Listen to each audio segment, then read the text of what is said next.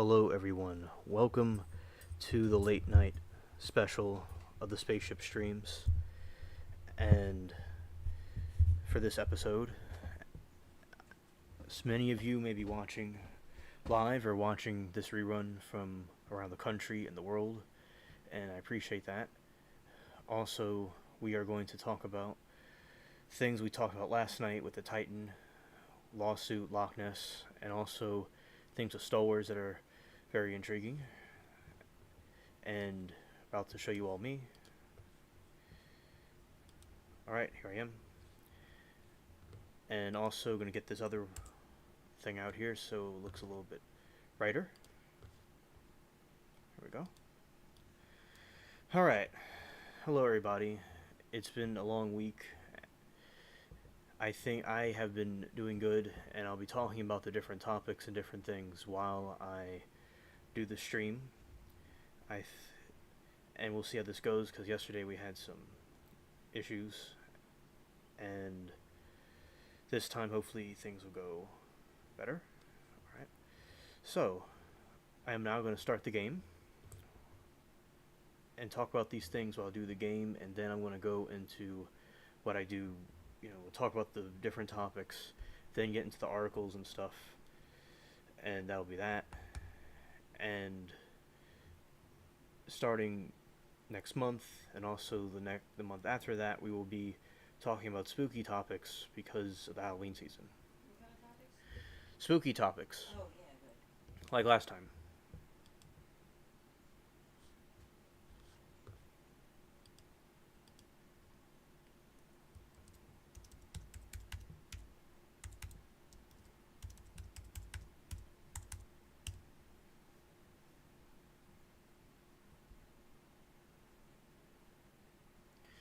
The game is launching. Alrighty.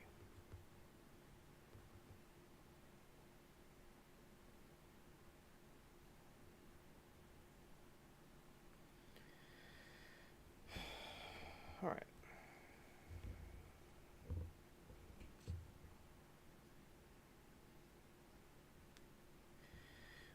The game has now loaded. Now we will begin.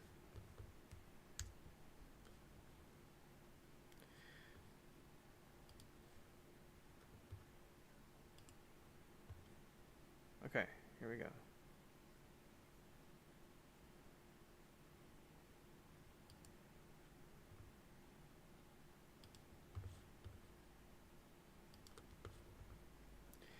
Hey, Matt.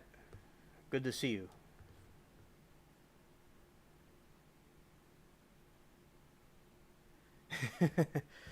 Matt, I may have said Snoopy topics. I could have.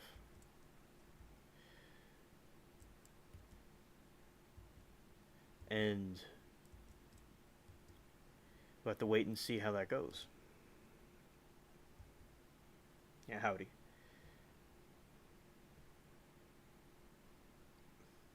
Alright. What I'll be doing now is I'm repairing the ship. Alright. Yesterday we had some connection problems, but everything looks like it was done correctly this time, and it's working flawlessly now.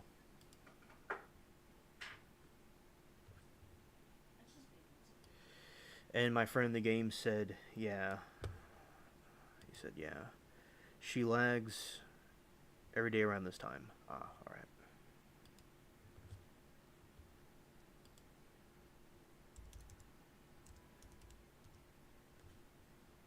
Okay. So now we'll continue. Yeah, so basically we're doing good with the... Yesterday we talked about this stuff, but I'm going to talk about it. Although the stream went fine yesterday, the connection wasn't perfect, but now it is, so we will continue doing that. So basically the Titan sub is... There's a lawsuit going on right now because of the family of Nargile is suing because he did not know what he was going to be on a submersible that was not properly certified, and things were not going to be going right.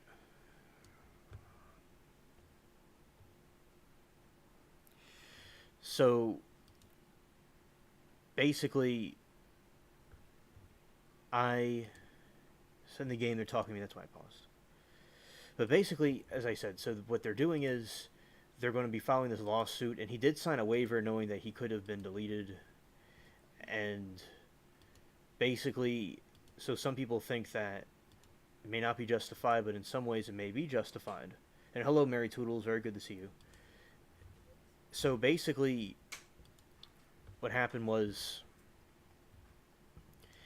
I, was seeing this.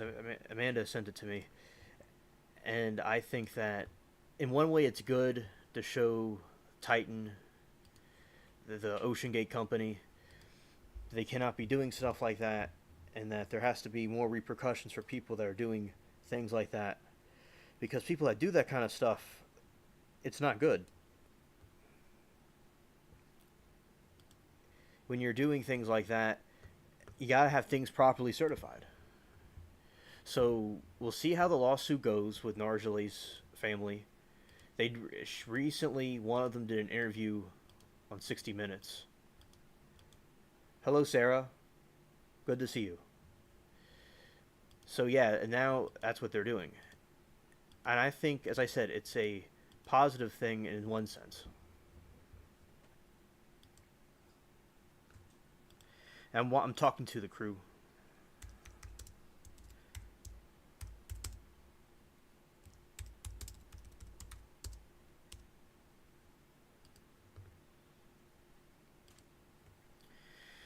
So, okay, I told the crew in the game that, hello. Your crew? No, there's a game in the game. I have a crew in the game. Right. Yeah, the crew in the game. Yeah, so, and I think it's good that, and we'll be diving into the article about it with Narjale and what happened with that. And, because Stockton Rush included, he lost his life. And in one sense, it's good he went with them in some sense, because it's showing that he's not, although he was totally wrong with what he did, He believed in it. he really believed in what he was doing. True. Because Bruce Ismay of the Titanic, he got on, although it was not necessarily wrong with what he did, and he did save a lot of people, and it was time for him to get off. It was kind of, some people think it's ironic, because he was the guy that said there shouldn't be lifeboats on Titanic because it would look ugly, and then he got on a lifeboat when it was his turn. And so in one sense he had a good team leadership where he would go in there with them. But he was too, it's good to break the rules in one sort of context, in a certain context. It's good to break the rules, and it's good to think differently. But in some situations, it's good to have the product certified and get everything done correctly, like the computer, like the Apple computer when it was first built. Steve Jobs had his friend that knew what he was doing to put it together, and also Bill Gates and them. They knew what they were doing also, because they were into the computer building as well. But they made sure they themselves and also the people were certified to do it. There's being brave and being stupid. It's a lesson learned.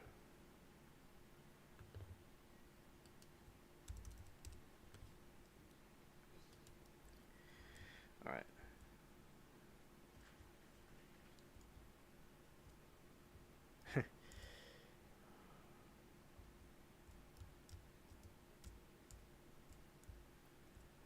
Okay, well, I got people on the ship. I did not know that. I was repairing it.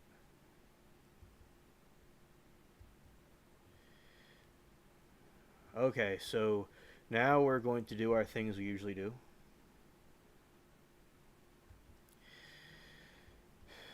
So basically,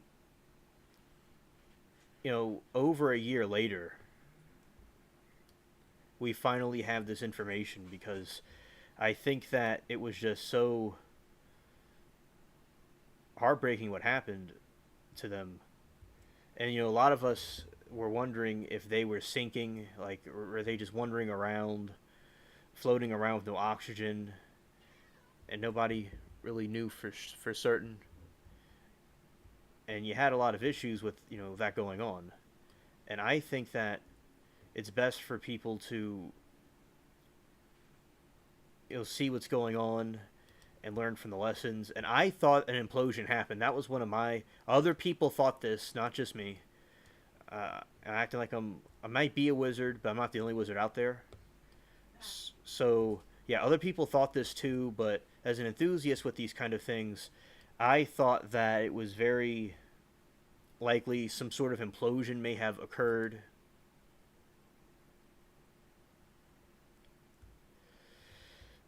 I think it's absolutely, and certain with that. And then he used a game controller, and he got himself a tin can from Home Depot, like a barrel, like a plastic barrel, or a water, a water heater.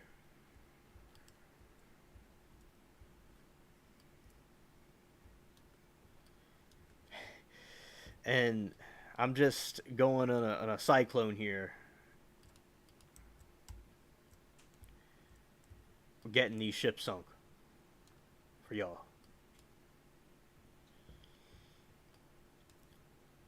And also trials I've been watching. So watched YSL, and today the Karen Reed one was on briefly because they're doing a hearing because they're having a retrial, something like that, maybe going on with that. So we'll see how that goes.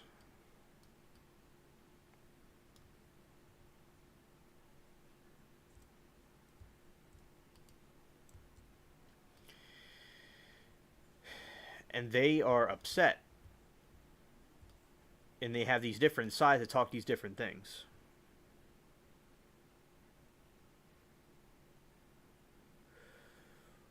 Okay, here we go. They did good in that one. We sunk both of them at the same time. Hilarious. Shout out to all y'all. To the spaceship crew. Right now, I'm also with the pirate crew. Also, shout out to the spaceship crew. Hey, sunk them. Hilarious. I got the philosophical clam and Samuel in there. Shout out to both of them.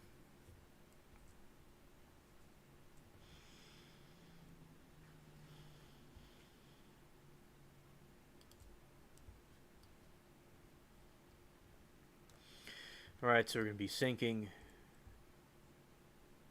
these out here. I guess, let's see.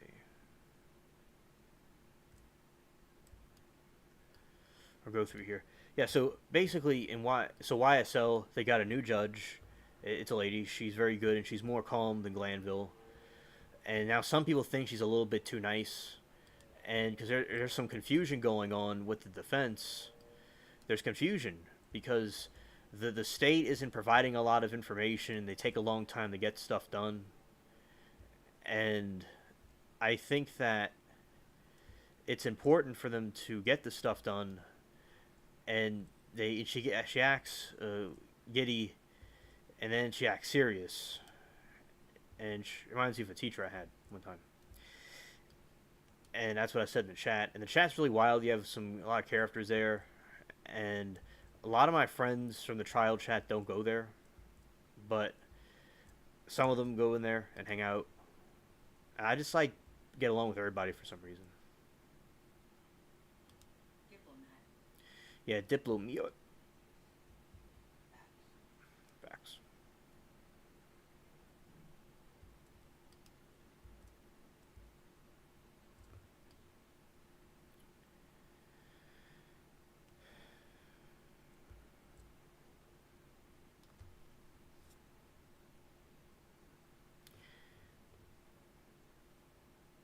Going after these bigger ships.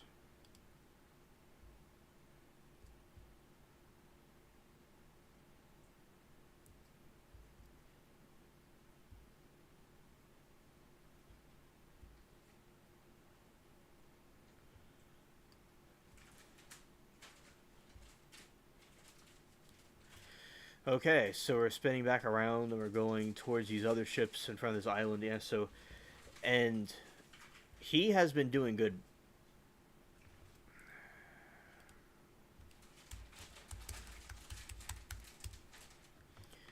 Yeah, he has been doing good.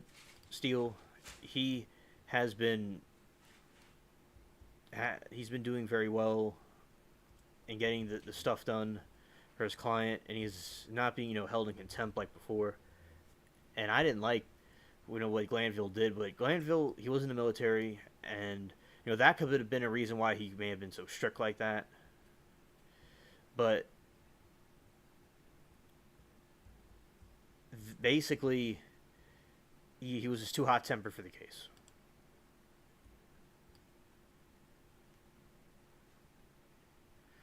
And these people sunk the ship immediately. Clam and Sam, they got this.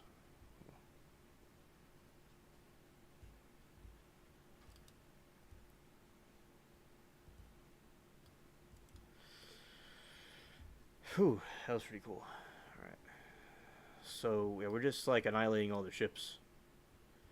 We're going sideways now.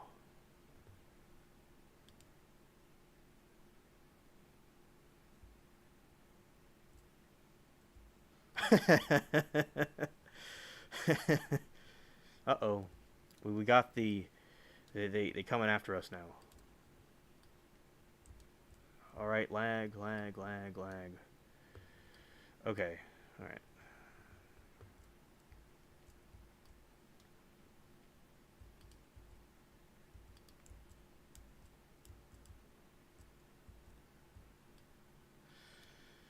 Now we get the bounty hunter.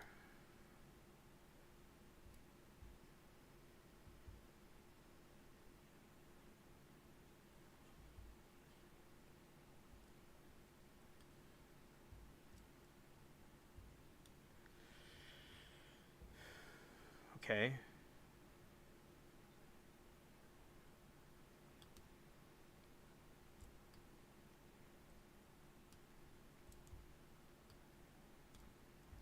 Yeah, one of the other people that are gonna come in and they're getting it. Okay. They got him. All right.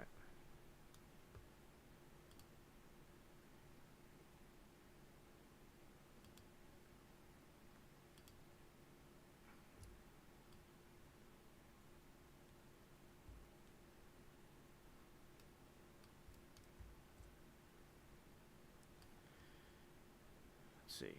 Bounty hunters out in the distance. Okay, so yeah, so with YSL, that trial has been going much better. But is she too nice or not? We'll have to see. And it's projected to end in February, but she was my friend Callie that was in chat the other day. She's one of my friends from the chat. She was saying how she thinks it's going to last forever. A lot of people think that. A lot of people think that. And I think Jeffrey Williams could be guilty, but I think he's innocent. I think there's a lot of political motivations and personal motivations. There's bias.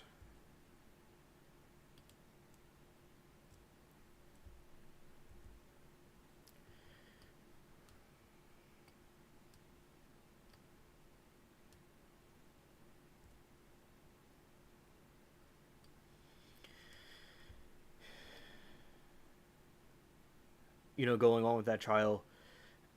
And, because some people are just rapping it as a rap group. They're not necessarily doing anything wrong.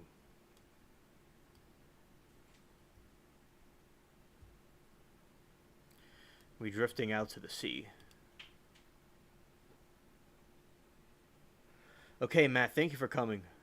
Have a good night and a good weekend.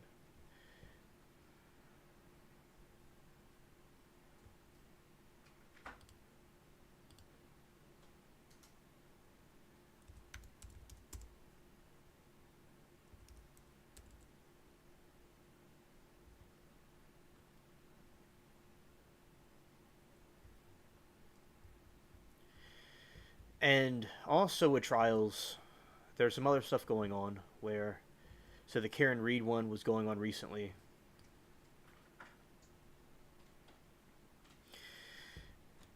And he said that was funny. He was going back and forth, and she was laughing with her attorney.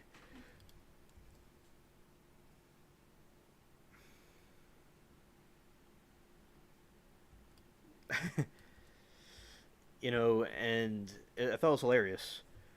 And everybody, and like in Law and Crime, and everybody was like making comments about it.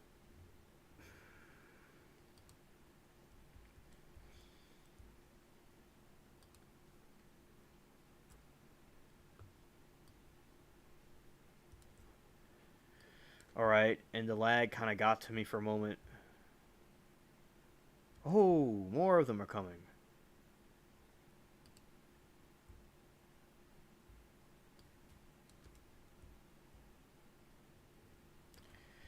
Hello, Primal, good to see you.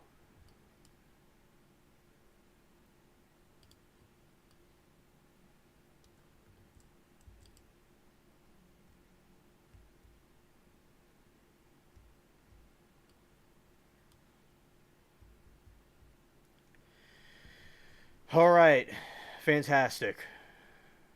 We sunk both at the same time. That was epic. So, and also want to know how are you, doing, Primal and Sarah, and everybody in chat. How's everybody doing?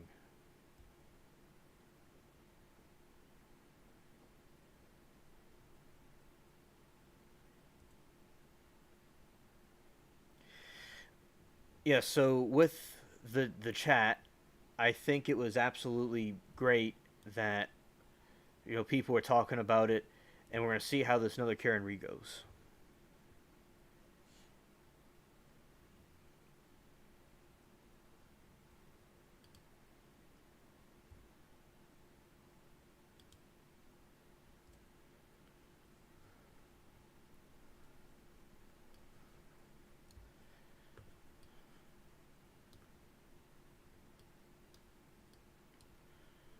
All right, they're charging it up. I'm facing both of these things. In the middle of the night, in the game and in real life. Well, the lag. Lag.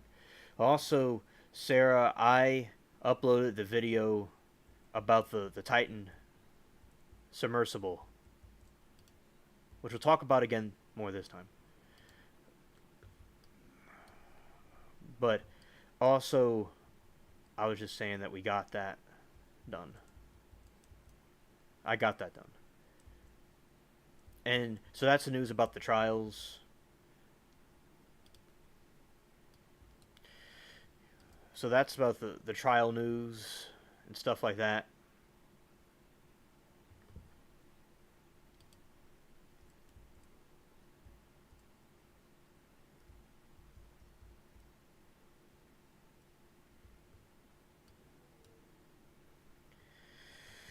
So today I saw the cats, and they have an outside area, and sometimes they're kind of difficult, but they got in.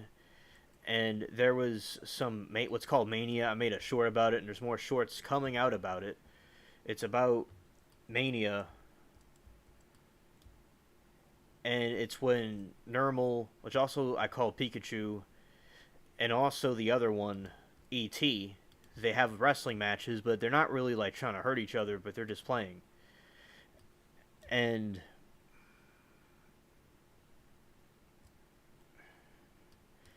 I think it's really cool that they do that in the game. Because they do that and they play around. And today they ate their food, and I watched them eat, and also I cleaned the boxes and stuff. It was nice being back there. That's what I'm doing around. It's like 7 to 8:40, something like that. I do. I'm in there in the back. Then we eat dinner, and then like on nights like this with the stream, after I eat dinner, and I get the Wi-Fi fixed up and reset, and because it could have a clean, fresh start, like we are right now, and then here we are for the late night streams. That's like how it happens before. And I got a new shirt that's on me right now. I'll show you all in a little bit. and about to get into the topics and stuff. I'm going to get to the chat in a moment and see what y'all are saying. I defeated the enemy. Woohoo.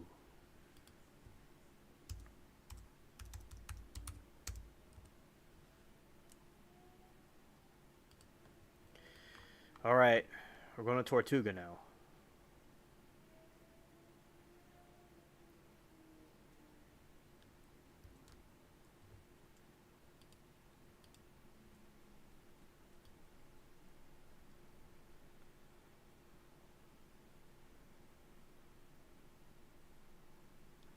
I think it's your phone. I'm doing fine. The connection is great now. Okay, Primal, good to see you. Well, looks like we have to get this one more foe. Because it's kind of be difficult to go back home to Tortuga with this punk on my tail like this.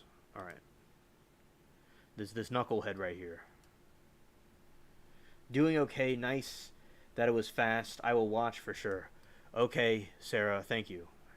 And what is the ship with all the flags? The ship with all the flags. I'm not. It's either. I'm not too sure what ship you're referring to. What color was it?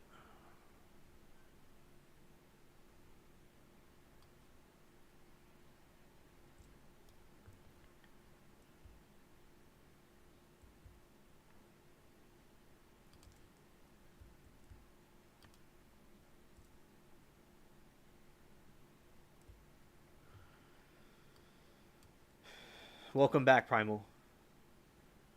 I understand. Sometimes I have to do something too.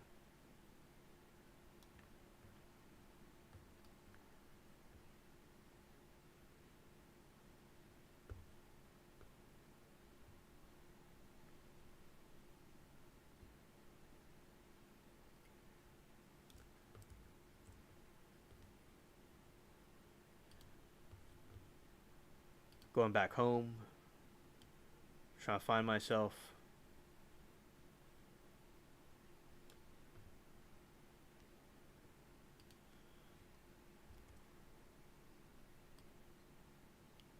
Okay.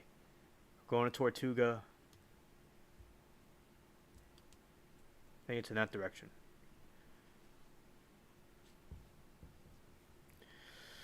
We're going to be going now.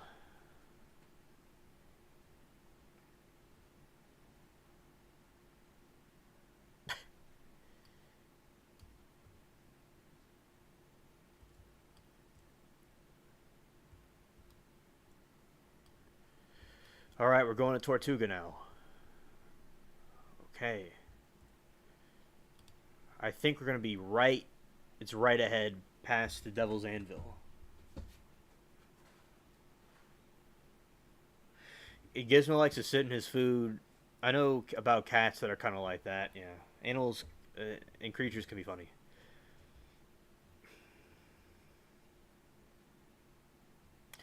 There's a lot of warships out here.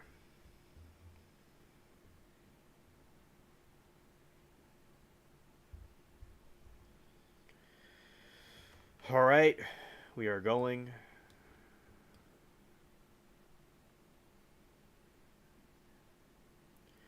Right for Tortuga. I was right. At some point, I do want to try to play Toontown on here. Because they have that. Yeah.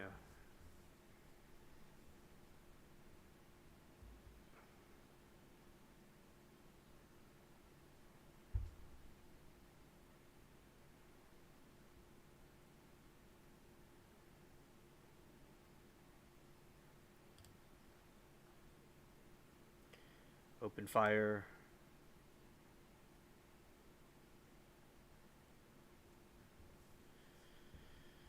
Okay. We are docking. No. You don't know of Toontown. What?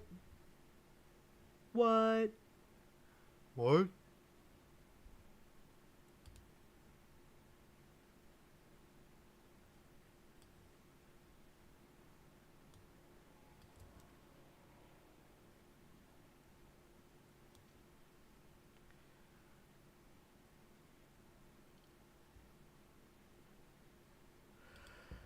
I won victory in the game.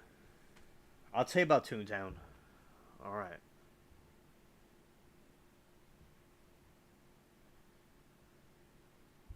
Whew, got some plunder.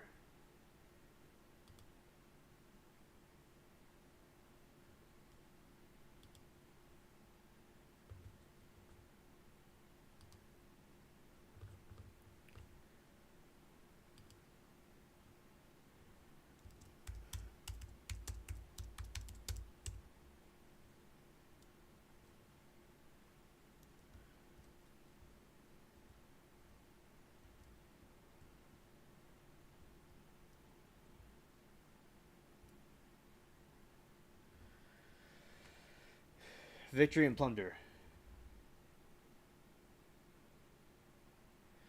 Red and white flag.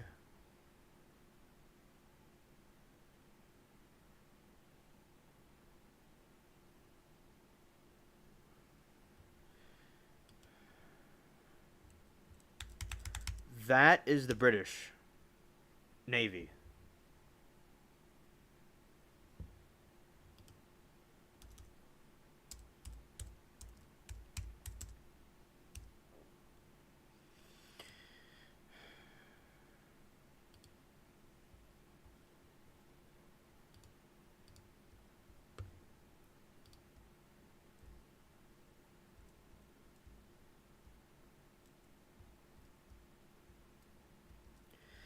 All right, Sarah, I'm going to get into the article, and it will get into this stuff a little bit early this time.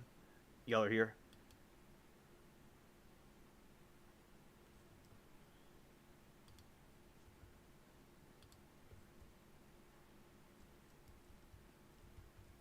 Oh, look, a clam's dancing a jig right there.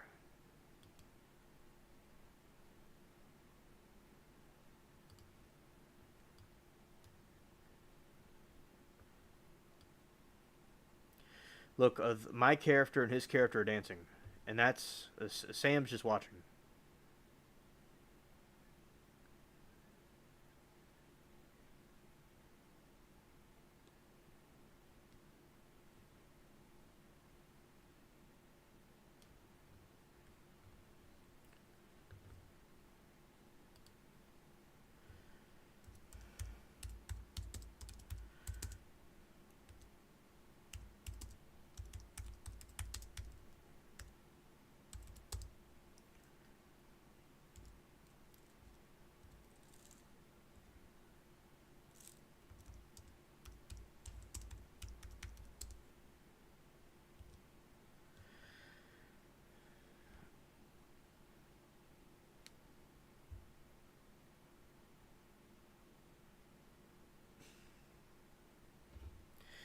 Clan jig. Yeah, it's clam. Funny.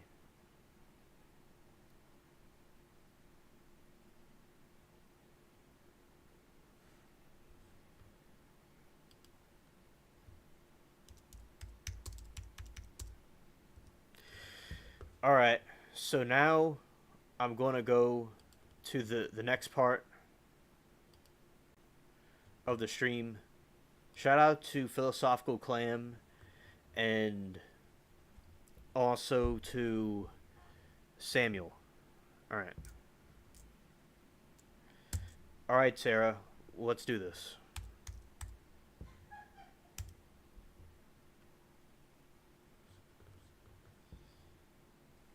It's going towards the national debt, Primal. That's where it's going to. I'm going to show you all my shirt real quick.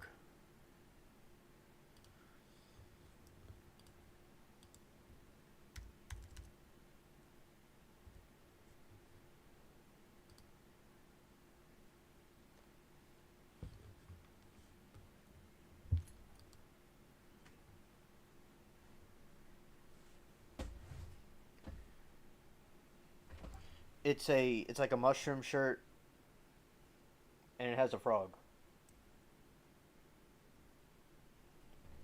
Very cool.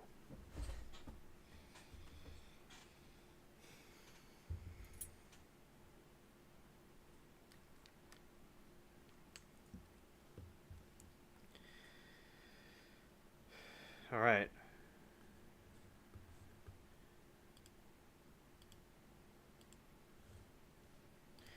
get this party started.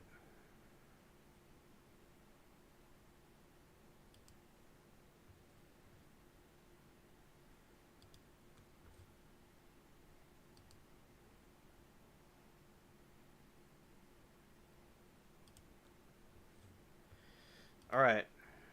Shout out to the spaceship cats.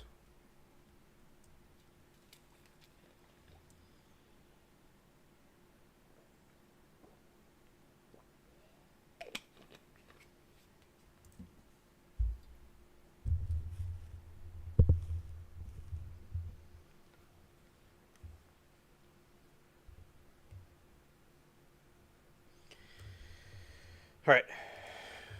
We're going to pull the chat up, and we're going to go into this.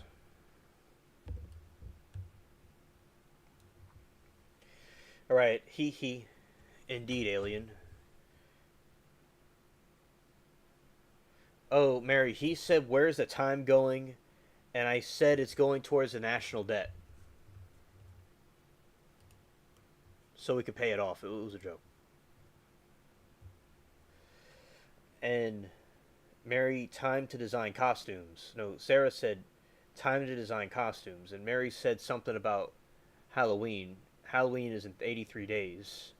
Time to design costumes. If I disappear, it's my connection. I'm okay at the moment. Sarah says very cool for the shirt. And she said spaceship cats with the famous alligator face. That's a great face. Great meme. Emoji.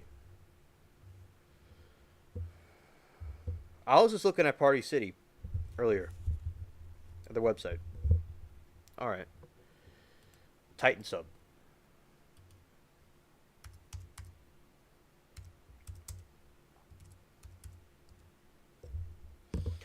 We went over this yesterday, but as I said, the connection was a little bit goofy. But I still got the message across, but it was still kind of goofy. So we're going to do this way.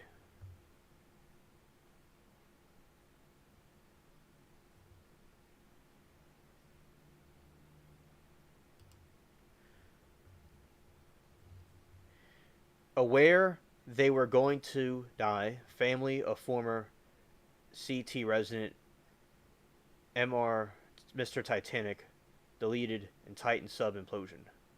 Sues for $50 million. Okay.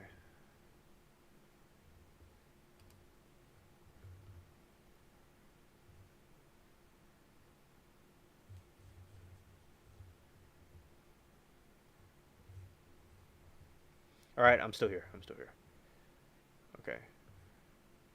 Lawsuit.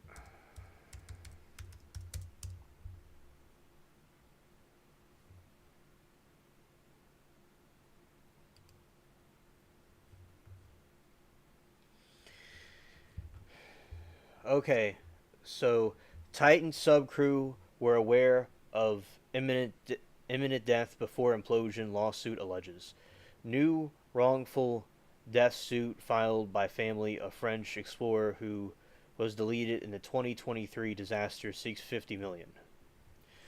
The crew on board the Titan submersible that imploded last year while diving toward the wreck of the Titanic were probably aware during their final moments they were going to be deleted.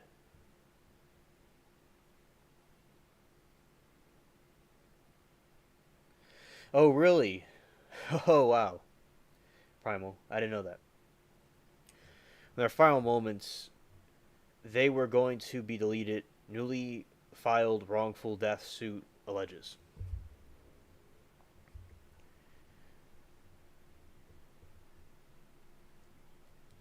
And the lawsuit was filed by a family of the French explorer who was deleted in the implosion, Paul Henry Nargeolet, known as Mr. Titanic.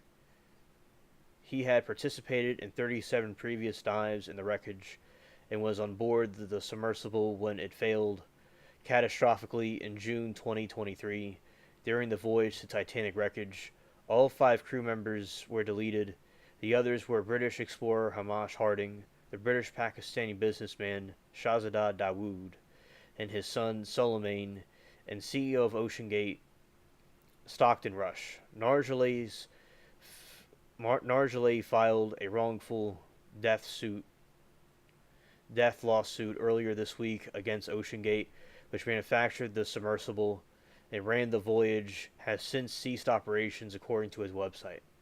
The lawsuit accused OceanGate and Rush of negligence and alleges that many of the particulars, because they're not disclosing the fine print about what's going on, you know, it's not, done correctly. The lawsuit accuses OceanGate and Rush of negligence that may of the many particulars about the vessel, about the flaws, shortcomings were purposely concealed from Nargile. The catastrophic implosion that claimed Nargile's life was due to the persistent carelessness and recklessness and negligence of OceanGate. Rush and other defendants in the lawsuit states seeking at least $50 million. It alleges that it is likely that they would have known the submersible was about to implode. While the exact cause of the failure may never be determined, experts agree that Titan's crew would have realized exactly what was happening, the lawsuit states. The vaunted acoustic safety system would have alerted the crew that the carbon fiber hull was cracking under extreme pressure, promoting the pilot to release weight, attempt to abort it, it alleges. Common sense dictates that the crew were well aware they were going to perish before they died. As the safety mechanisms to drop the weight in response to the hull cracking did not work, the lawsuit alleges that the crew may well have heard the carbon fiber's crackling noise grow more intense as the weight of the water pressed on the Titan's hull. By experts' reckoning, they would have continued to descend in full knowledge of the vessel's irreversible failures, experiencing terror and mental anguish. Prior to the Titan ultimately imploding, a spokesperson for OceanGate declined a comment to the Associated Press. Hey, Kadeta, good to see you. I'm glad that you're able to be here and see us. Welcome. I hope that you're doing good. We had this image in our heads of them being down there, running out of oxygen in the freezing cold, getting terribly frightened and scared. Golden, who was a close friend of Nargile, after the disaster, the U.S. Coast Guard opened the Marine Board of Investigations into the incident to determine its cause, a public hearing scheduled for September. Yeah, Woody. Yeah. So, and that's a situation with the submersible, how they went through these different things, and now they're going through a lawsuit to go and challenge what they did because they didn't disclose how it was not properly certified.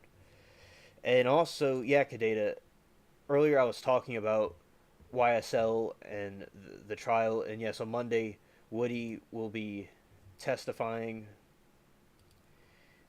and we will see how that goes. Basically, Woody, the judge was explaining that he cannot plead the fifth, and then it had to be explained to him what that means, and then it's like she asked him, "Does he have an attorney?" And he said, "I guess."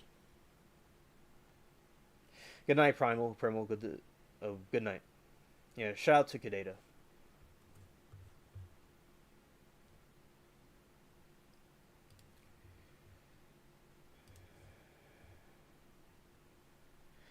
Yeah, and in my thoughts, as I said about, I think that this judge is much more calm than Glanville, and I think that she's doing it much better.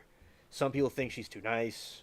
Some people, go back and forth about if she's conducting it completely correctly, but the defense can be, not the defense, the state can be very difficult with all the stuff they have. Yes, and Kadeta says they going to arrest him if he pleads the fifth. Yes, absolutely. And she was explaining to him that he cannot do that this time. And also, Steele has been doing good in the trial. He has been, defending Young Thug very well. Jeffrey Williams, he's been doing very well still. And also, I think that similar to Stockton Rush, Glanville was too overconfident, and he was not using the proper legal measures with what he was doing. And also, I've heard that there might be a mistrial with the YSL trial. And by the way, Kadeta is one of my friends from the trial chat, by the way. Yesterday, Callie and Kathy were here. Kadeta is another one. Yes, I agree. Kadeta is saying mistrial. The judge should let it be a mistrial. It's crazy. And also, we have here. Absolutely. Yeah, so that's Woody. Is a picture of him. And his skits are very funny. Like, I call them skits, but basically he is very, very funny. It's like watching a movie. And also, I like how Trump was saying how Jeffrey Williams needs a fair trial, because Jeffrey Williams was, I feel there's a lot of political stuff behind it. I think that there's personal motivations behind it. And I think that he certainly, like, I know people like where I am, they're just rap groups. People that are just doing rap and stuff. They weren't necessarily doing things that are criminal. And if he really did do something, you don't have to do all this shady stuff. So I really don't agree with the way the state and all are handling this. And the way they're conducting it is cringe. And I do agree about the mistrial. And I'm looking at a headline right here. It says Georgia judge denies defense motion for mistrial. Now let's see how this goes. If this will drag it down or anything. Let's see how this goes. Okay. Young Thug judge denies motion for mistrial and Young Thug trial. Orders prosecutors to watch training video.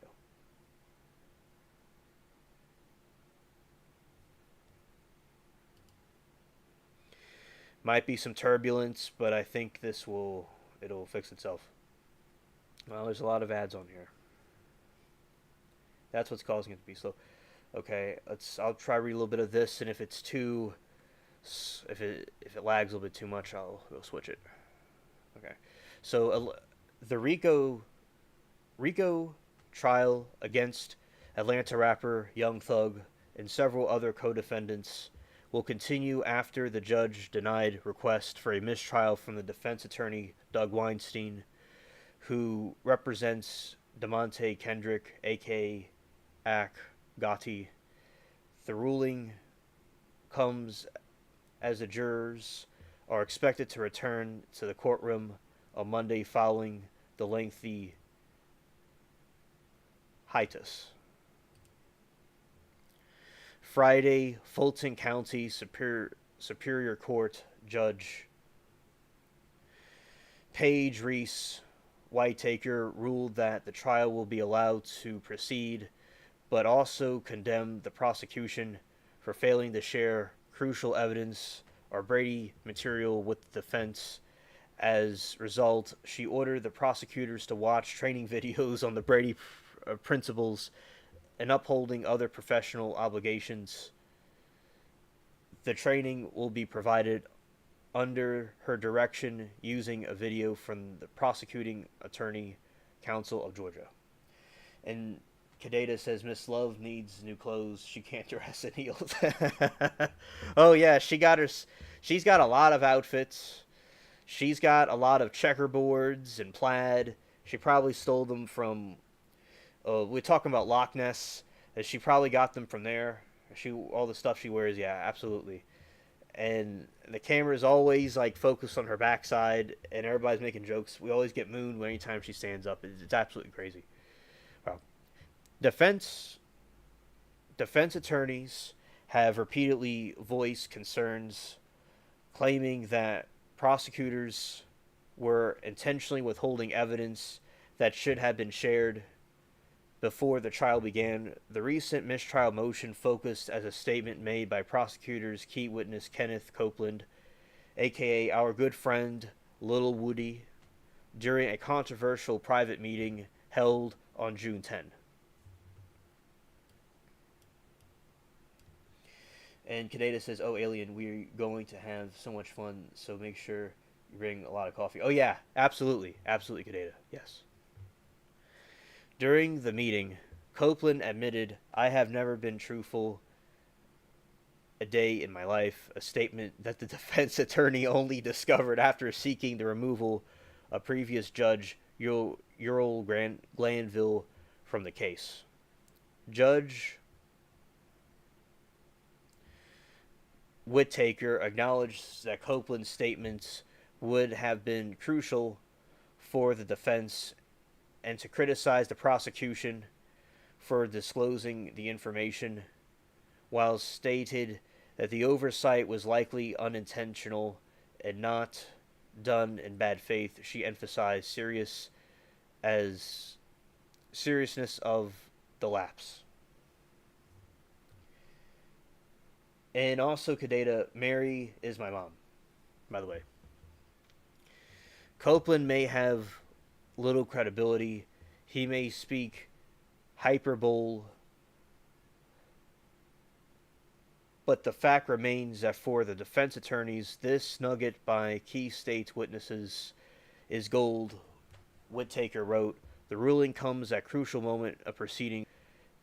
His entire testimony when the jury returns, Weinstein criticized the decision to deny a mistrial, stating his intent request a certificate of immediate review to Georgia Court Appeals."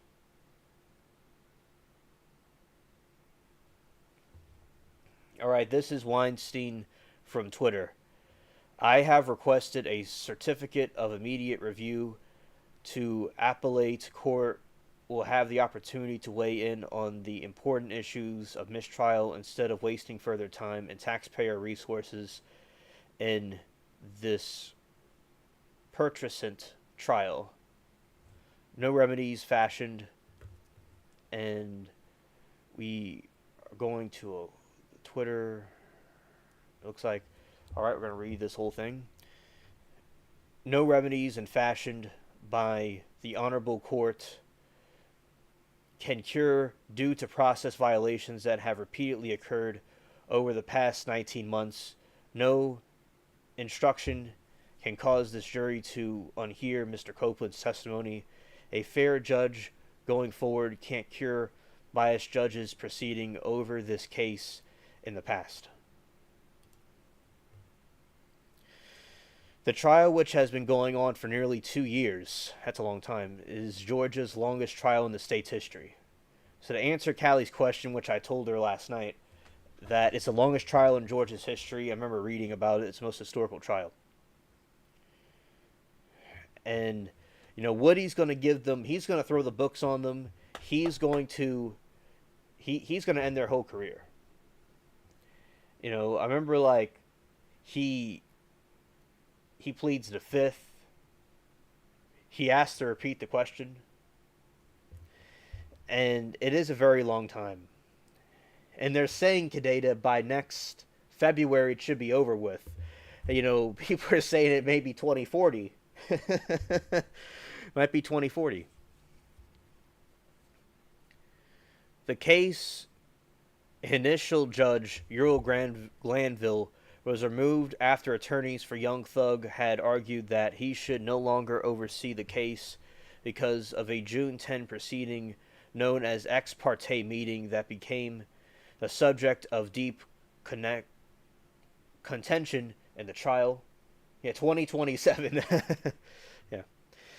In her order, Judge Rachel Carus, who was assigned to the reschedule matter, the rescue matter rather, stated this court has no doubt that Judge Glanville can and would continue presiding fairly over the matter if the recusal motion were denied, but the necessity of preserving the public's confidence in the judicial system weighs in favor of excusing Judge Glanville from further handling of the case, because it's like it's the people. It's the people, and nobody has any confidence in these people anymore. And I think that he seems to have a bias against Jeffrey Williams, and it's inappropriate for him to hold him in contempt, hold Steele in contempt. The controversial private meeting led to Young Thug's attorney Brian Steele being held in contempt and sentenced to 20 days, which was revised after the state Supreme Court granted him bond. Steele had been held in contempt for refusal to reveal his sources for how he heard about the ex parte meeting. Judge Glanville later released the transcript of the meeting with witness Kenneth Copeland, aka Little Woody.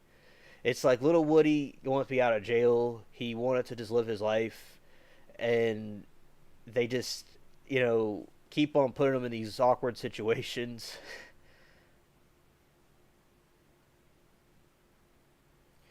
Kadeta says, I bet the jury hate being on this case. I know I would. Absolutely, Kadeta. There has to be some sort of law or something about this, because for all these jurors to be in there for all that time is absolutely cringe. I mean, there was somebody that had a health problem one time, and the ambulance had to be called. So I think that it was absolutely horrible what they did, and, because of being a juror on there, and it's absolutely cringe, especially when it makes national news everywhere that the whole world could see that they can't handle a trial right. This country really has some problems. It's like with the politics, and now with the legal system, it has problems. All these countries are laughing at us, by the way. It's so cringe. And we were supposed to be the beacon of hope and freedom for everybody, but we're being ironic right now, our country. The ironic states of America. Kadeta says, I feel bad for a jury. I bet they even think that this case is a circus. Yeah, I'm sure that they know very well that it's a clown show. Absolutely. It's a clown show. The clown music plays. And you have Miss Love with all of her clown outfits on. And she always likes to wear her clown outfit.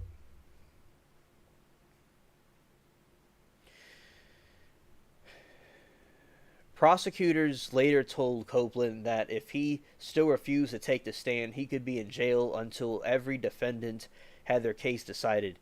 He eventually will testify. Amen, Kadeta. It is very messed up. Absolutely.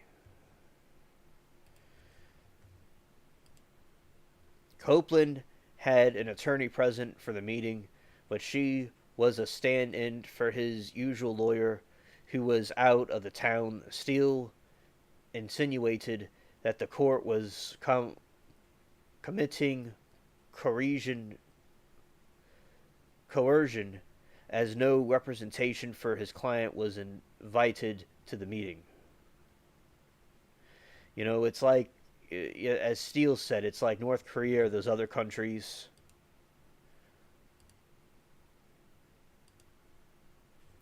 How they just don't have freedom over there, or the communist countries, and how they just don't have any freedom, and you don't have fair trial.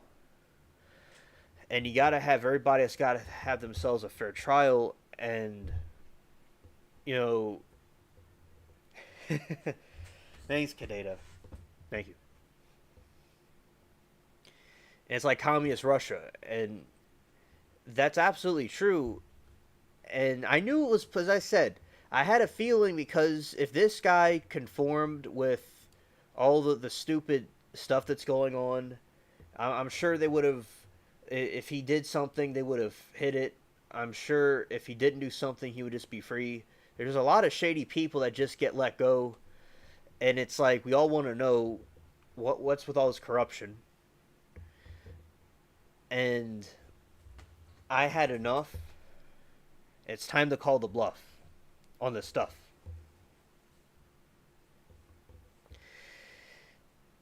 And people see, and a lot of people notice me in the YSL chat, as people in different areas on YouTube said that they've seen me comment on there, and they've seen like what I was doing.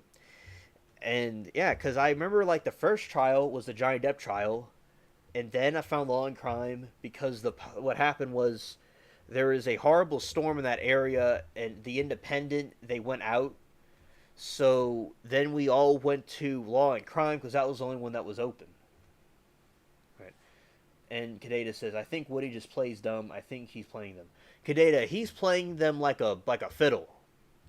Like there's a song, I don't know if I quite remember the name, but it's like playing the fiddle with the devil. I know that song about that. That's what Woody is. He's a real good fiddler, and he's like a magician. Like I've talked about Merlin and King Arthur and these legends and stuff, and yeah, he certainly would be like a magician, and he's good at making things look a certain way, and also basically, I think that like he was saying about a job application on his Instagram I heard about.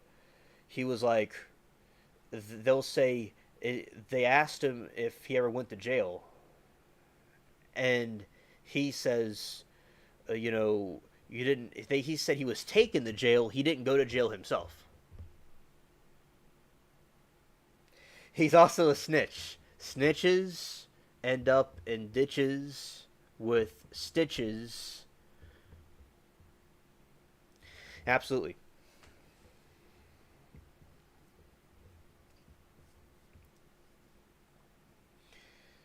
Okay, the trial has been going on. I'll tell you the exact date. It's been 2 years, nearly.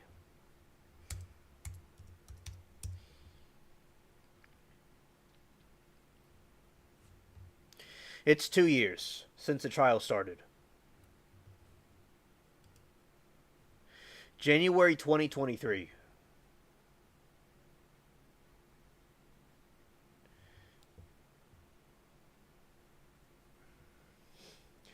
A beacon of freedom and hope. Even the snitches might have a place to cope. Is it acceptable what he did? Nope. Woody plays them like a fiddle. Makes the prosecution feel like they're little. Inside their little dinghy boat on the shorelines. That end up in flames of bars that he spits out.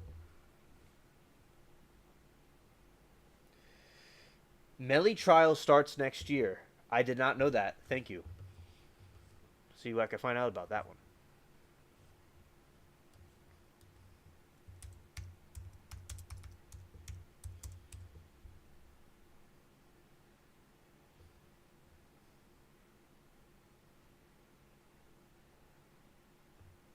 All right, I see that.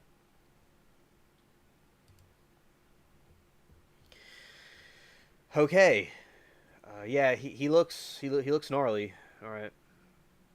Yeah, certainly. That's going to be interesting to watch.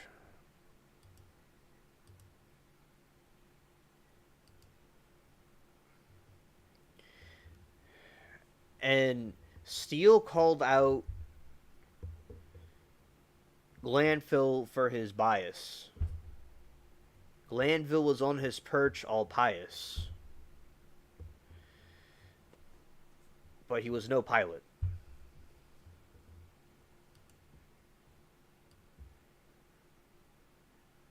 Hey DJ, spying, lurking, and keeping an eye on you all creepy like Mr. Alien. Yeah, shout out to DJ. He's a good friend of mine on the channel. Shout out to him.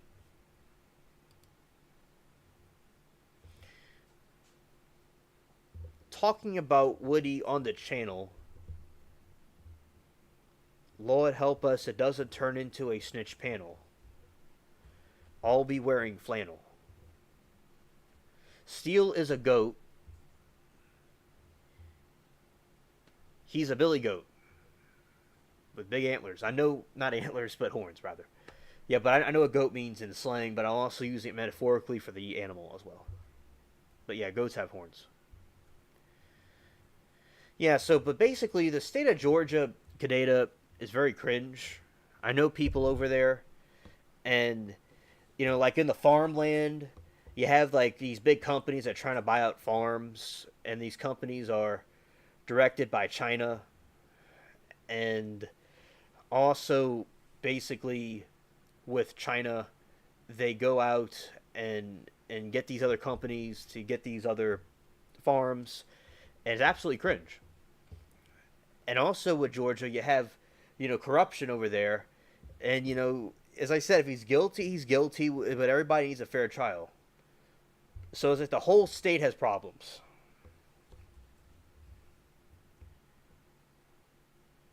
The state needs to just chill out and cut the cake.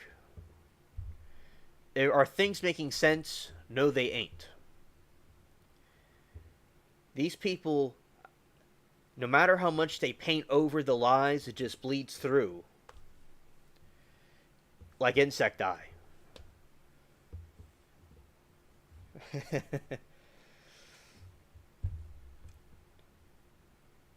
When they asked Woody why, he made one statement. It was Wi-Fi.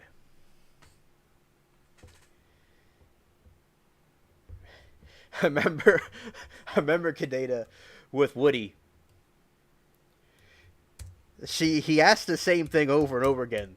Like they asked him where was he on a certain night, and he said, "Can you ask that again?" And he said, "Can you say it again? I didn't understand it." And like you could see it in his eyes, he's like really, really triggered. And at one point, he'll say, "Do you recognize the guy in the picture?" And he said, "That boy ugly." He said, "The ugly boy right here." That dude was hilarious. He was like, the ugly boy. So he ugly boy.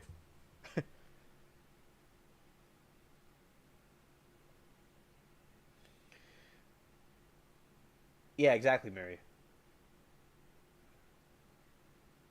Yeah, shout out to Woody from Toy Story.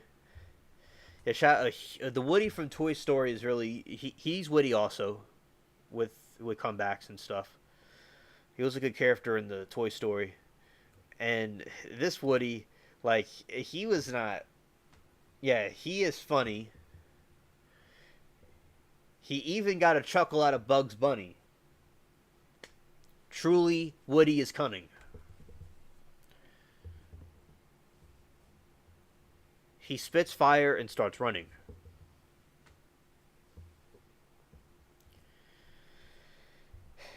Yeah, because you see it in his eyes. Because you remember the famous thing that I love saying, one of the most favorite things that I heard from him when I saw it live. Kadena said he was like A B C D. What comes after D? Oh E. Oh yeah, I remember that. I remember that.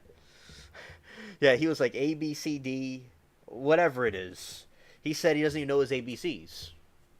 And he's like I remember I went to school. He's like I went to school, but I not completely. And he's like A B C D O E. And because I remember he was just sitting there chilling with his eyes, his intense eyes he has. Like he remains calm, perfect. He remains perfectly calm. But then they'll ask, but you can see it in his eyes. He's like real like tense, and they'll say like, "How old are you, Woody?" And he's like, grown. And he's shaking his head like he did it. And they said, "How old the numbers?" He said, he just kind of shook his head for a second. He looked at Glanville and he was like, "I plead the fifth."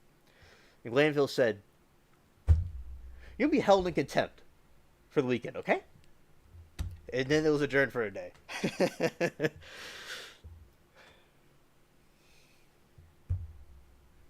The look on Glanville's face.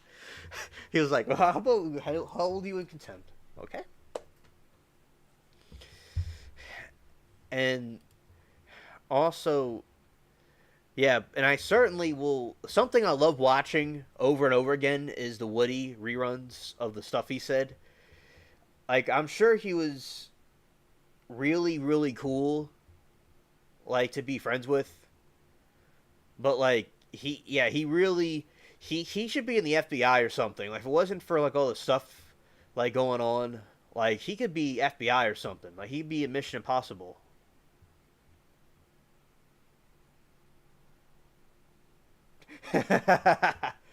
Oh yeah, Kadeta said you keep asking the same question over and over and over and over and over. I'm tired. I'm drained. Yeah, yeah, exactly. Oh, he got him good. He's a good fighter. Like he's a good psychological warfare. He's very very smart. Okay, and as I said, hopefully in future generations, you know, they could use their gifts. People like him could use their gifts for something, you know, where he wouldn't be in the situation. Not that he did anything wrong, but it'd be good that he could use it for good and in a better situation. Not that the situation he is like it's good in the situation he's in. He's witty like he is, but it's like he's very very like a comedian. Like for instance, it's like he gets them to keep asking the same question over and over again. Then he said he keep asking the same questions over and over again. He wears them out. It's sort of like rather than fighting an uphill battle, he brings them down from the hill to go fight them there. That's what he's doing. Like if he was in warfare, he would be a great general. Like from like Sun Tzu, he was a Chinese military general. The term an uphill battle, like he gets them to fight an uphill battle against him, and like what he does, he brings them down to go have a conflict with him, and he wears them out. Like very brilliant, and also, and then what he did was he would go and he talked about the lawyer. They were like, "So you fired your attorney?" He said, "Yeah, he fired. He out. He out. He's no more." And also, I remember the other one with the mask, the dude with the mask. He was saying he was so high, he was about to fall. Not Woody, but another guy. I don't quite remember his name. He was saying he was about to fall asleep on them, and he was going to go fall asleep on them, and he was because he was real high, and he needed them to give him some water. He's like, I'm so high, I'm about to fall asleep on y'all.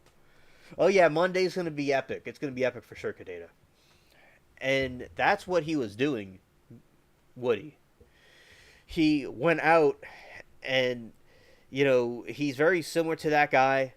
They're both really witty, but the other fellow I'm talking about with the mask, that was really funny what he did. The other guy, this is the other guy did. He was in the stand, and they would ask him a question. He said he does not remember. He said, like, how old are you? The other guy was like, I don't remember. Were you in the car? Do you remember being in that car when the shots were fired? I don't remember. And he was like, from 2015. I don't remember from 2015. Why am I here? And the whole time he's saying, I don't remember. And he has like a look on his face. He's like, I don't remember. It's like, what's your name? I don't remember. What's broccoli? I don't remember. Now, broccoli, no pun intended. There's a song called Broccoli from 2016 my friends used to play. My friends in my area, they're into rapping and stuff like that, and I was around them a lot. And so I know Broccoli's a song. It's kind of it's a real interesting song. It's a rap song. It's really interesting. So, yeah, but it's really entertaining and comical to watch it. And I love seeing the reaction with the chat. It's happening live, and also it mirrors a underlying problem with our country and the legal system, and it's underlying a lot of political proxy wars. Sort of like I'm getting really like philosophical here.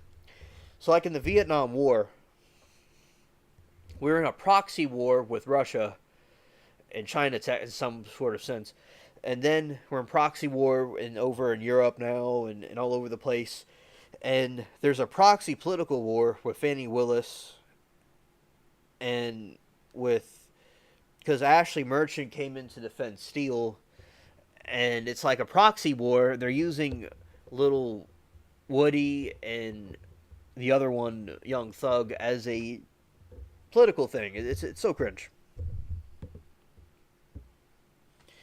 Kadeta said, remember, he was standing up and he was falling over, and Miss Love asked him, are you okay? And he said, I'm thirsty. And she said, you want some water? And he said, I don't drink water. Oh, I remember that. Oh, yeah, I remember that time Remember that time? They see that incident that happened. They were completely messing with them. Completely messing with them. Because what they do with the subpoena, they force them to go to court to be in the trial. And when they force them to do that, they're not going to get the result they want because they don't have to go and comply. It's sort of like with like the draft, how that didn't go well in Vietnam, or how like how communism it doesn't work where everybody gets the same stuff.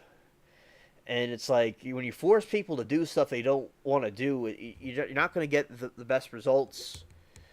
And because they're forced to do this, and they got that snitch right there, Kenneth Copeland, little Woody. And yeah, you see the look on his face. He had enough of them, and he's gonna be back in there. I like how he wears a hoodie. I'm waiting for him to drop some bars on them.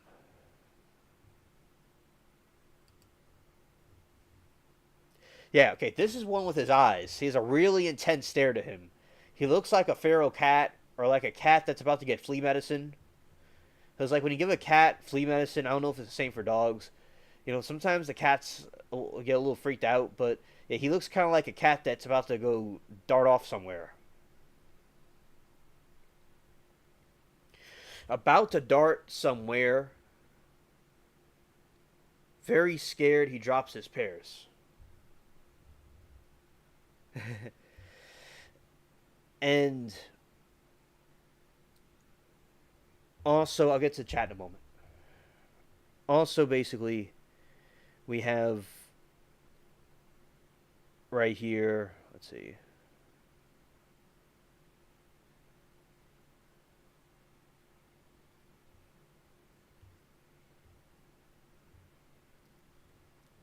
Yeah, and that is Jeffrey Williams. That's the defendant.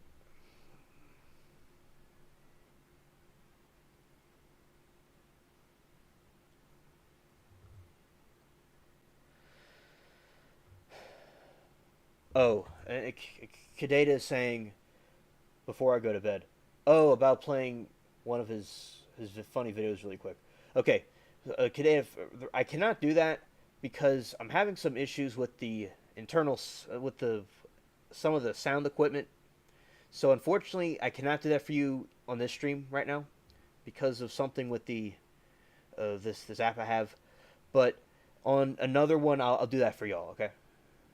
All right.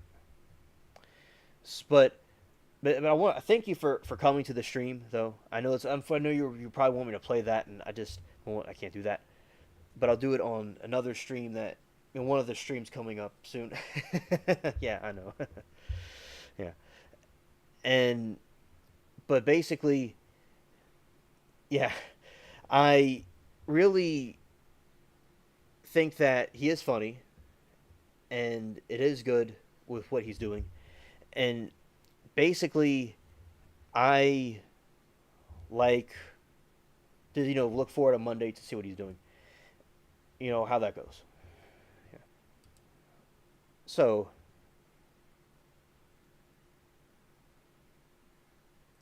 okay, Kadeta. All right. See you on the next one. Thank you for telling me hi.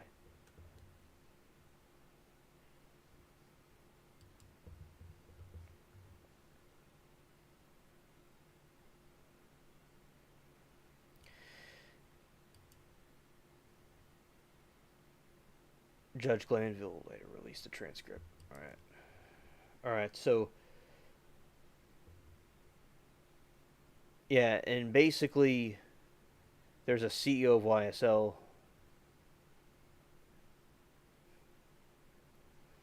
Okay, Kadeta. See you on the next one.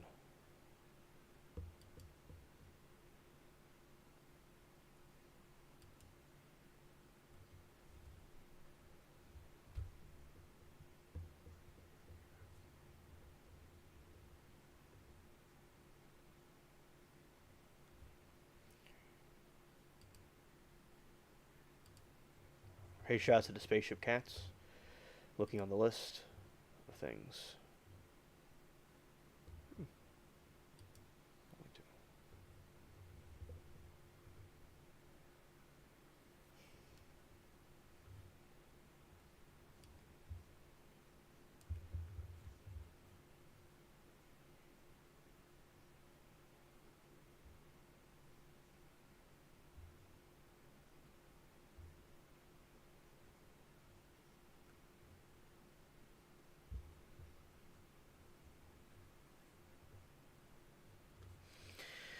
Alright, gonna move on to the next thing.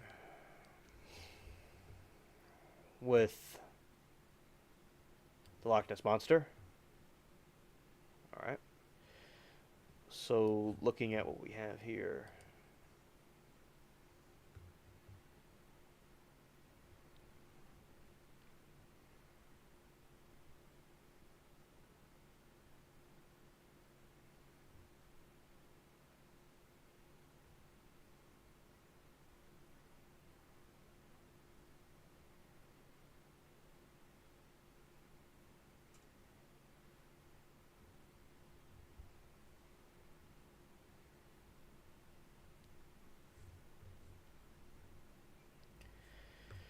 Okay, now we'll go more into Loch Ness.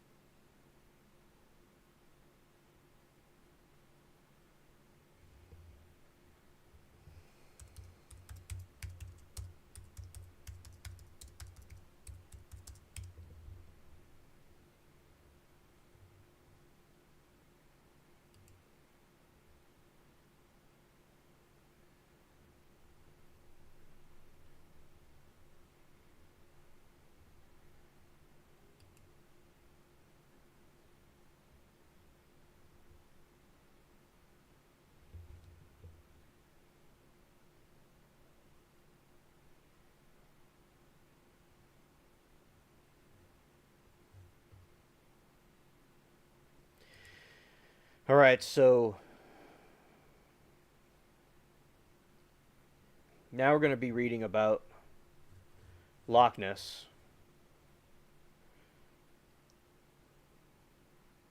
About the Loch Ness Trench discovery.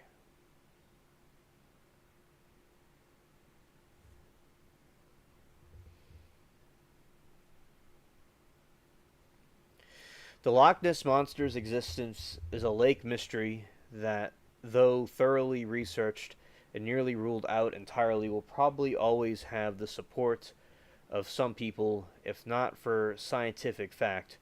The draw to believe in the creature will likely continue on through its mystic folklore and the long history of reported sightings, but along with people who claim to have seen the monstrous Nessie, there are others who point to discoveries on the lake that appear to add credence to raise some speculation on such a big dinosaur like creature could exist. And our good friend Sarah came back to chat.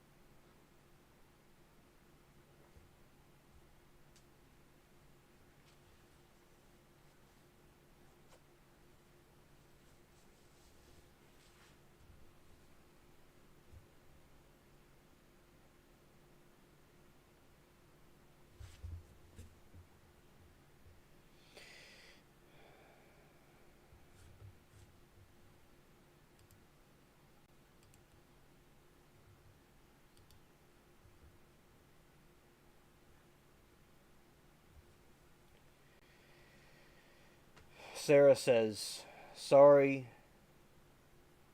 building owner was by to discuss evacuation should need, then didn't want to interrupt.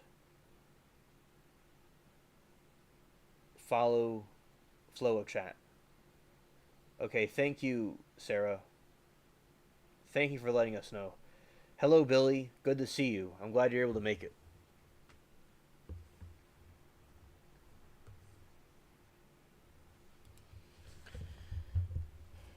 One of those folks is Kenneth Stewart, a retired fisherman who makes a living running boat tours of Loch Ness that use the rumors of a lake monster for promotion.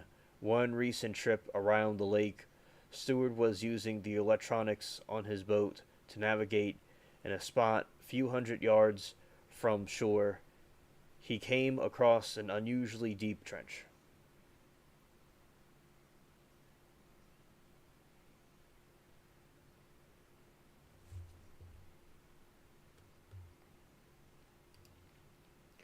And Billy, I'm glad you're able to make it. I'm glad you're here, man. Thank you.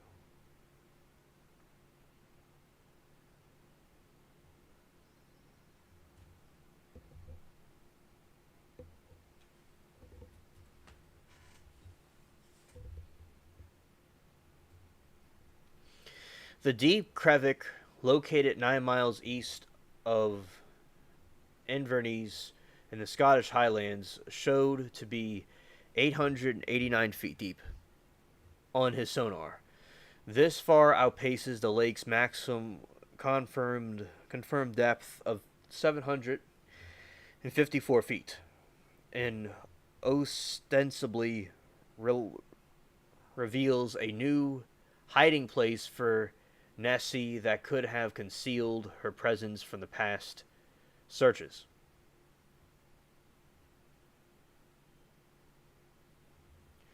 Okay, I'll tell you what year this is in a moment. 2016.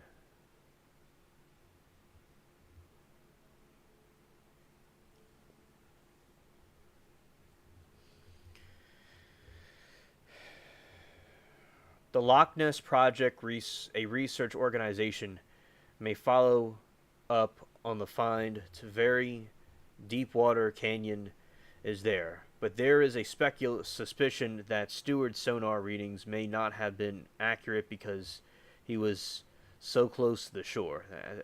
That's not true. All right, so Sarah and I were talking about this, and Loch Ness is only 755 feet deep, but besides its depth, there's a trench under there on the floor of it that's even deeper, and also, as Sarah was pointing out, there's caves in these lakes. There's caves, and just as the Nephilim hid in the mountains and hid in the valley in the mountains, and they got into high places, some of the Nephilim survived. Some of the sea creatures that were created by the fallen angels, these hybrid creatures, were also going to the depths of the ocean to hide in the caves.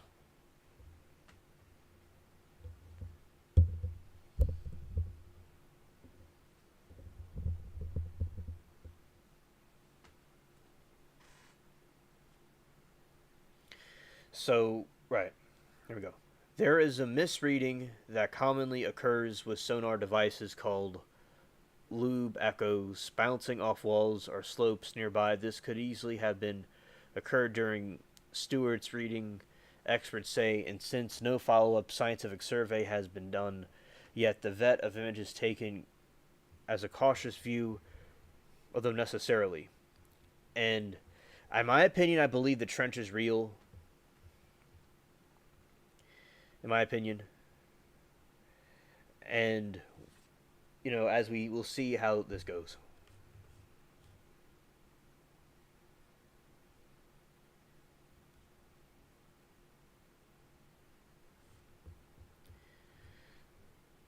Some possibilities floated for the existence of the new Loch Ness Canyon, including underwater earthquakes. The imaged areas sit along the prominent fault line area. All others hold that it could be an opening to a network of underground caves linking lakes in the area But that is just a theory. See what Sarah said, how there's caves in there. So there's a speculation that there's underwater caves.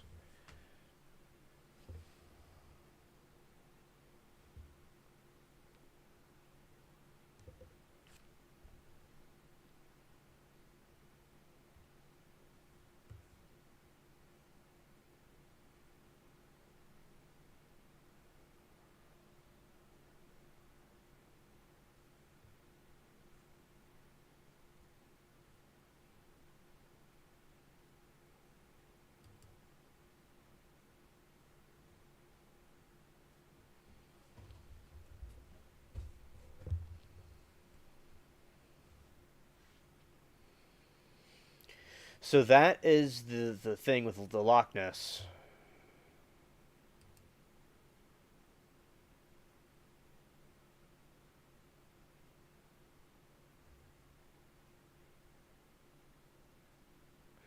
Right, as Sarah said, the trench has not been thoroughly explored. And in my opinion, maybe not with this Loch Ness monster, but in other situations for certain with aliens and with Planet 10, they'll sometimes want to conceal information or deny information and slowly get people over time to accept it through movies and media and things like that. So I think that with those situations, not maybe this one specifically, sometimes because people are afraid, they don't want to cause a public panic, they may downplay certain events. This may not be happening with Loch Ness. Maybe they're just not too certain or not explored the trenches to correctly evaluate if it's really there or not. But we will have to wait and see.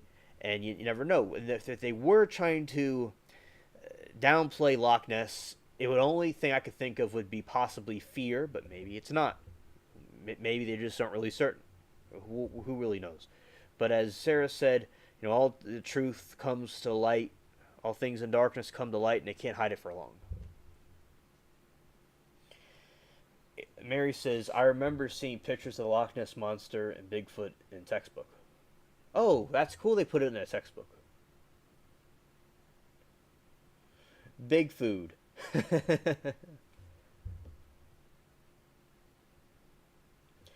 Sarah says, Mary, from Mega Earthquake, will be like a disaster movie. After a few days earlier, quake alert, typhoons are like hurricanes, tsunami is ocean movement. Well, Sarah, prayers for you and your family. I'd say you and your husband specifically, and your people in your building. Prayers for y'all.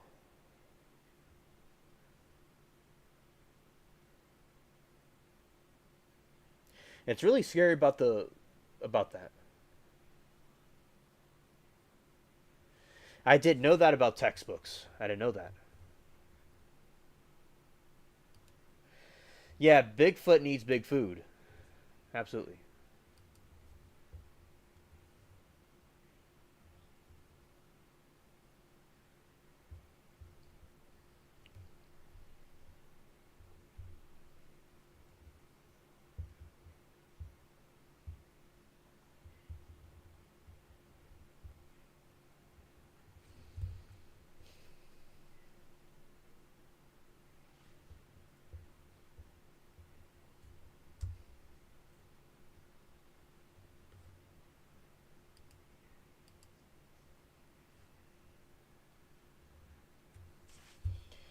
You're welcome, Sarah.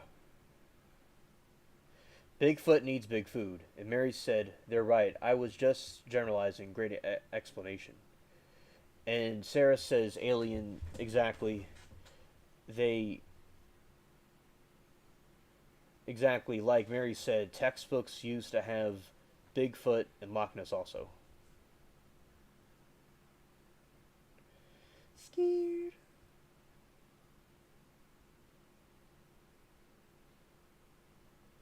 Yes, it would be cool, Sarah. Absolutely.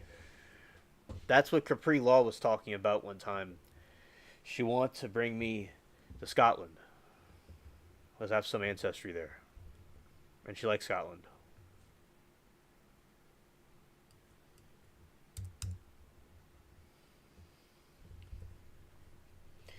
In my opinion, I do think that a lot of these fallen angels, they created humans. Excuse me. They created these human hybrids. They created hybrids out of things from the earth they weren't supposed to create, and God had to wipe them out. And that's what that thing is, because God didn't create the things like that. That's a theory that the dinosaurs were and all those things are created by the fallen angels.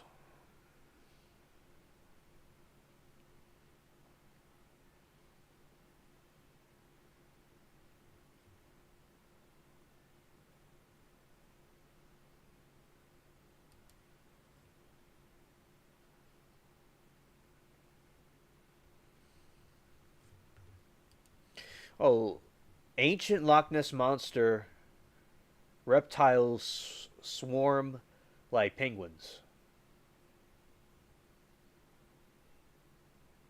Sarah said, mingled perversely with fish and animals. Exactly, Sarah. Exactly. And that's what they did when the angels they lusted at the earth humans, sea creatures, and animals. Yes.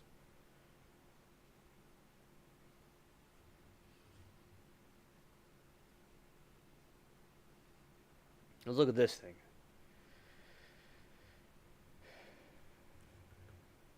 All right, this thing is a plesiosaurus.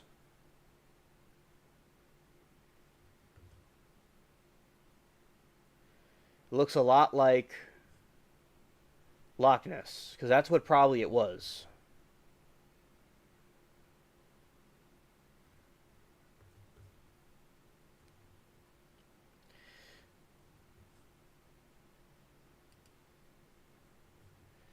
So the plesiosaurus is a type of animal. That's what it is, and also sea snakes.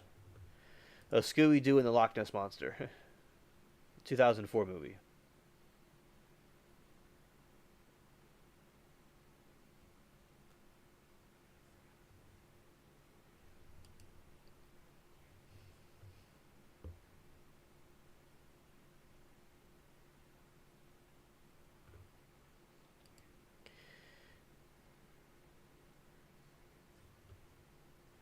Where I'll read this article about it. Yeah. All right. First of all, I'll show the plesiosaurus.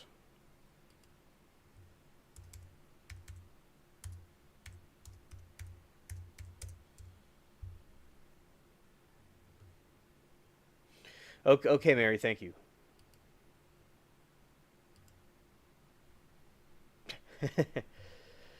Yeah. So that's the plesiosaurus.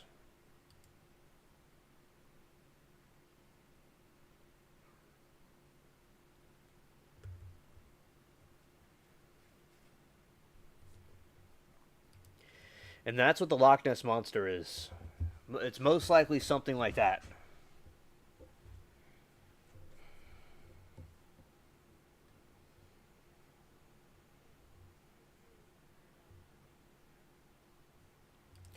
Sort of like Leviathan.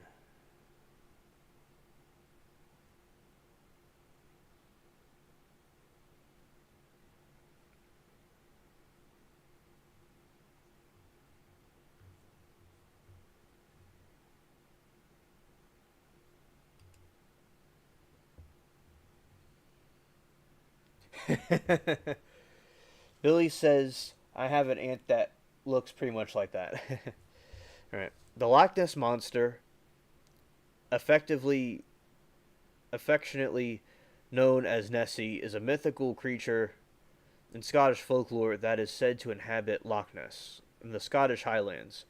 It is often described as a large, long necked, and with one or more humps protruding from the water. Popular interest and belief in the creature has varied since it was brought to the world's attention in 1933. Evidence of its existence is anecdotal, with number of disputing photographs and sonar readings.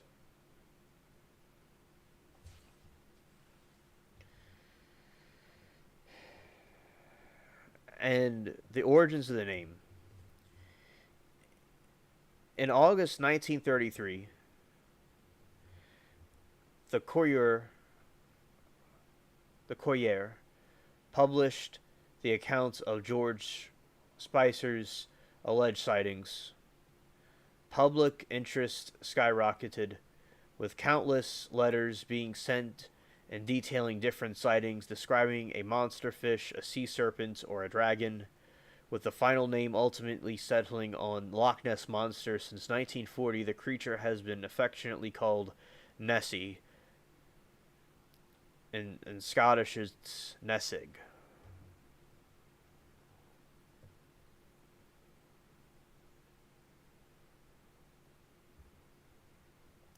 St. Columba, 565.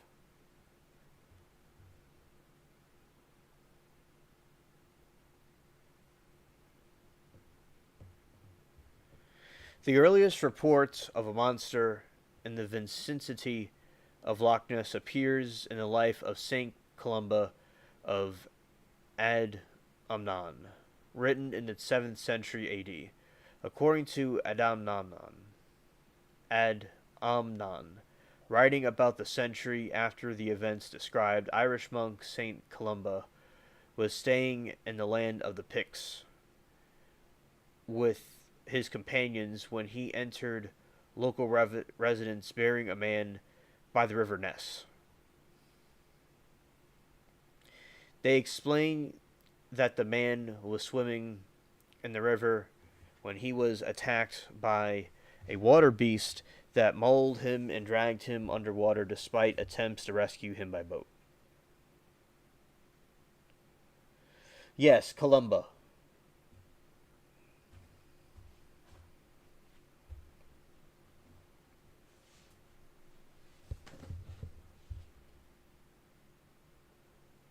Right, and you know what's interesting? Columba, like Columbus, Sarah, you and I were talking about that situation with Columbus. And it's interesting that St. Columba was mentioned in this. Yeah, Pixies and Columba, yeah.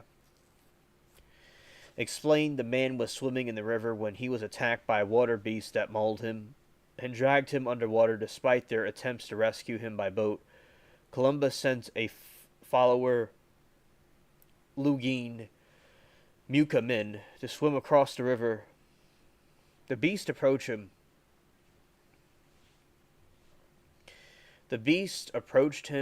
But Columba made the sign of the cross and said, "Go no further, do not touch the man.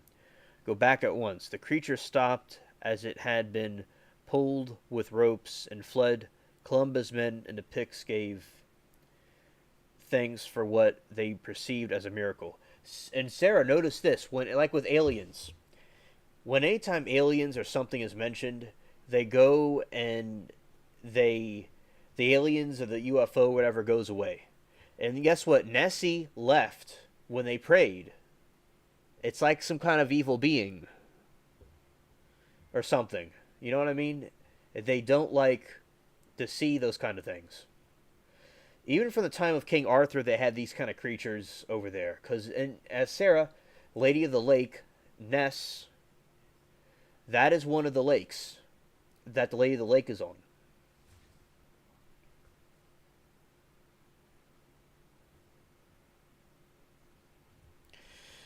Believers in the monster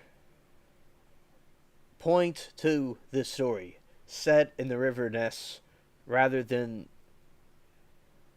the loch itself, as evidence for the creature's existence as early as the 6th century. Skeptics question the narrative reliability, noting that water beast stories were extremely common in medieval hydrographs and Adomnons. Amen, the dots connecting. Tale probably recycles a common motif attached to a local landmark. According to skeptics, Ad Manon's story may be independent of the modern Loch Ness Monster legend and became attached to it by proximity and by believers seeking to bolster their claims. Ronald Binns considers that This is the most serious of various alleged early sightings of the monster, but other claims claim the sighting before 1933 are dubious and do not prove the monster tradition before that date. Christopher Kearney used a specific historical and cultural analysis of ad Omnan to separate Abnomon's story about St. Columbia from the modern myth of the Loch Ness Monster, but finds an earlier and culturally significant use of the Celtic water beast folklore along the way. In doing so, he also accidentally found Jim. Where's Jim? Jim's a joke. It's a stuffed animal I have. And doing so, he also discredits any strong connection between Kelpies or water horses and modern media augmented creation of the Loch Ness Monster. He also concludes that the story of St. Columbia may have been impacted by the early Irish myths about Carranach and the oil fites.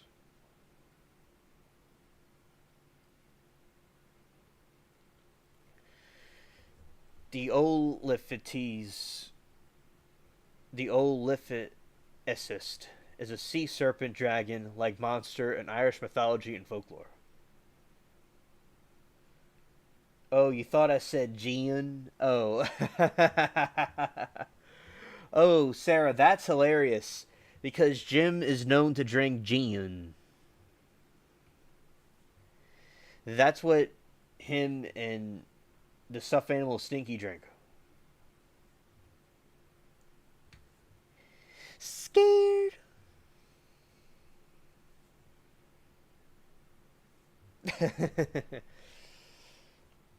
And I'm part Irish, so it's my ancestors in Ireland saw and also in the other Celtic lands like the Welsh and the Scottish ones I'm related to, saw these crazy dragons and stuff.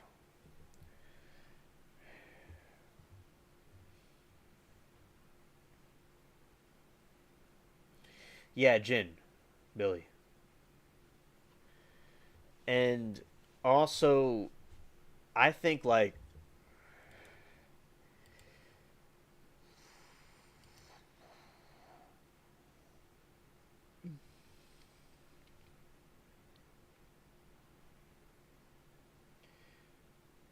ah,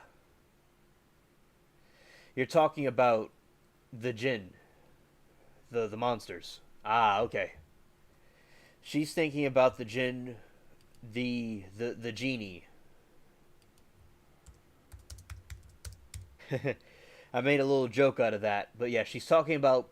So in Arabian mythology, there's the jinn, and the jinn are these creatures that haunt the deserts of Arabia, and it's like a genie inside of a lamp. And yeah, because she's saying jinn, like the those kind of creatures in the desert, and the spelling is different, jinn and jinn. But I made a joke out of it though, just to make everybody clear about the joke that I was making. Okay. And yeah, but yeah, that's what the jinn are. It's like these interdimensional fallen beings, and they haunt the Arabian deserts, like Aladdin, for instance. In October 1871, Mackenzie of Blandon reportedly saw an object resembling a log or an upturned boat wriggling and churning up the water, moving slowly at first before disappearing at a faster speed. The account was not published until 1934 when Mackenzie sent his story in a letter to Rupert Gould, shortly after the popular interest in the monster increased.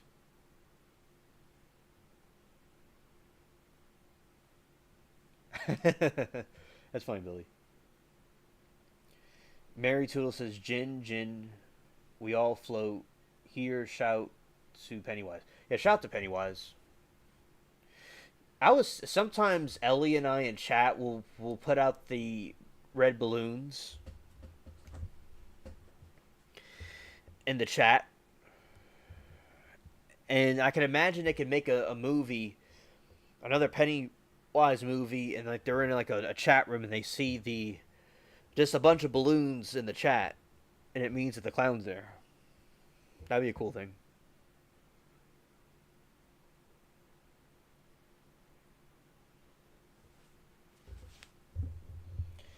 Yeah, Forrest Gump. Yeah, Forrest Gump voice. Yeah, yeah. That was a funny movie. D. Mackenzie, 1871 or 1872. In October 1871 or 1872, D. Mackenzie of Blandon reportedly saw an object resembling a log or a upturned boat wriggling and churning up the water, moving slowly at first before disappearing at faster speed. The account was not published until 1934 when Mackenzie sent his story to letter to Rupert Gould. Shortly after the popular interest in the monster increased, I read that. Okay. Yeah, yeah, it's hilarious, Sarah. Yeah.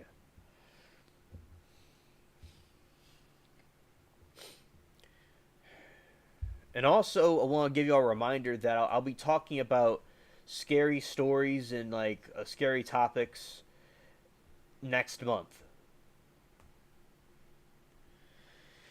Alexander McDonald.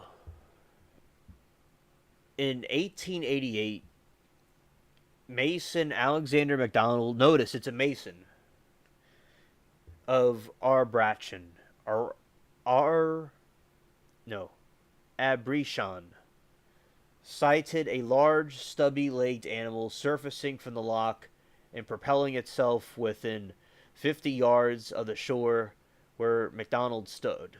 McDonald reported his sighting to Loch Ness water bailiff Alex Campbell and described the creature as looking like a salamander. Salamagrundy.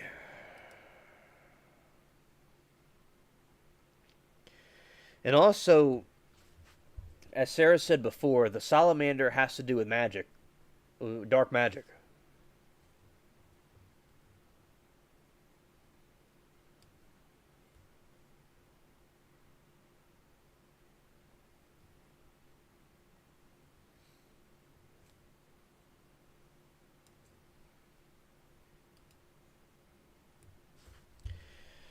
The best known article that first attracted a great deal of attention about the creature was published on the 2nd of May 1933, the Inverse Courier, about the large beast, or a whale-like fish. The article by Alex Campbell, water bailiff for Loch Ness, and parts of the journalist discussed the sighting by L.D. McKay of an enormous creature with the body of a whale rolling in the water in the loch while she and her husband John were driving the A82 on the 15th of April 1933. The word monster was reportedly applied to the first time in Campbell's article, although some reports claim that it was coined by the editor Evan Barron.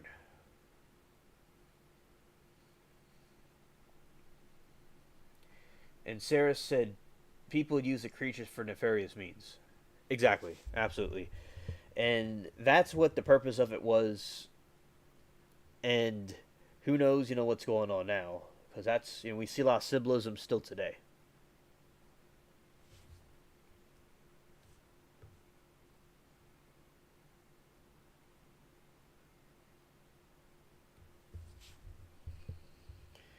The Courier in 2017 published excerpts from the Campbell article, which had been titled Strange Spectacle in Loch Ness. The creature disported itself rolling and plunging for fully a minute.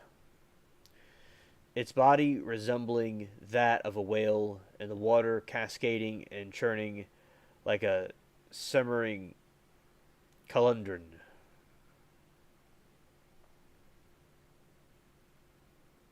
Or rather, cauldron.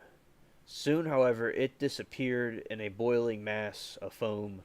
Both onlookers confessed that there was something uncanny about the whole thing.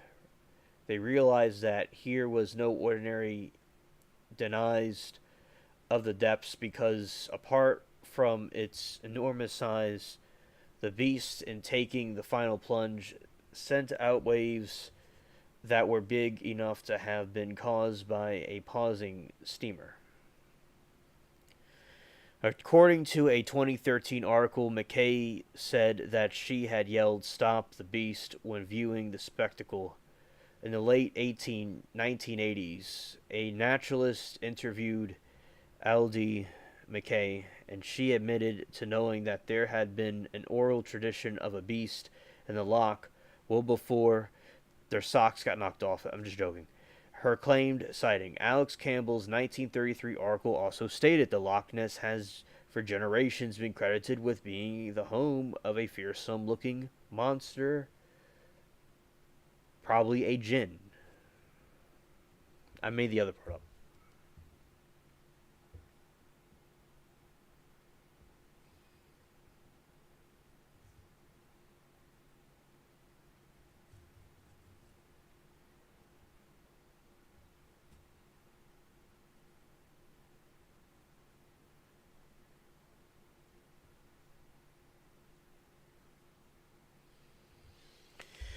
Modern interest in the monster was sparked by a sighting on June 22, 1933, when George Spicer and his wife saw a most extraordinary form of animal cross the road in front of their car.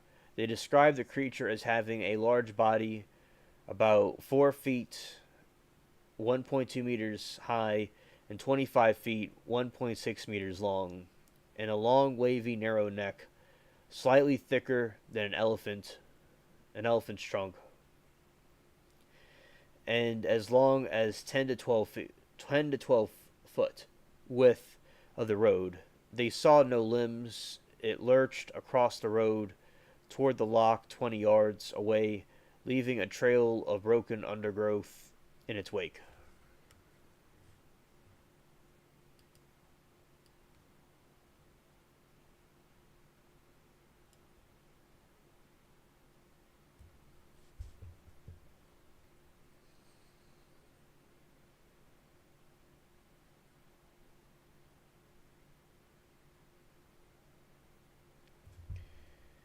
Sarah said sad people would use creatures for nefarious means. Exactly. Sarah says, and NASA wants to search for Nessie. Yes. Yes, Sarah. NASA was saying that they want to help in the search for Nessie. So they have the equipment and stuff, and they want to try to find it. And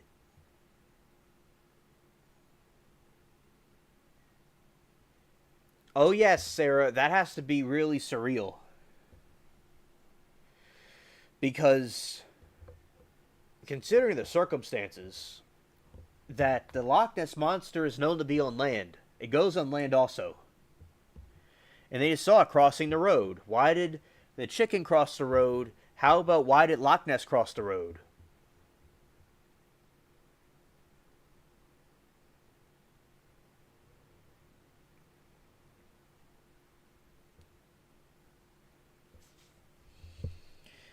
Spencer described it as the nearest approach to a dragon or a prehistoric animal that I have ever seen in my life, and as having a long neck which moved up and down in a manner scenic railway, of a scenic railway. It had an animal in its mouth, and it had a body that was fairly big with a high back, but there were any feet they must have been the web kind, and also as for its tail, I cannot say as it moved so rapidly. When we got to the spot, it had probably disappeared into the loch, though he was the first to describe the creature as a pele- plesiosaurus-like dinosaur. Evidence suggests by a researcher of the Columbia University in 2013 provided his story to be fake. The University of Daniel Loxton suggested that Spencer's sighting was fictionalized, inspired by a long-necked dinosaur that rises out of a lake in King Kong, which doesn't make any sense to me. A film that was extremely popular in theaters in his home city of London during 1933 when Spencer reported that the sighting. Loxton and Donald Prothero later cited King Kong as evidently influenced in Loch Ness Monster myth. That's not true. That doesn't make any sense. Considering there's people that saw way before he even existed, saw a Loch Ness Monster, it doesn't make any sense.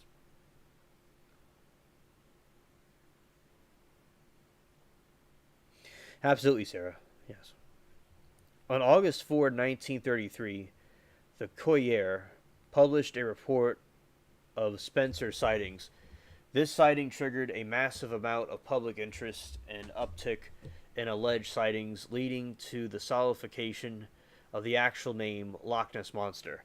It has been claimed that sightings of the monster increased after a road was built along the loch in early 1933, bringing works and tourists to formerly isolated areas. However, Binns also described this as a myth of the Lonely Loch, as it was far from isolated before then, due to the construction of the Chaldean Canal in the 1930s. The existing road by the side of the loch was given serious upgrade.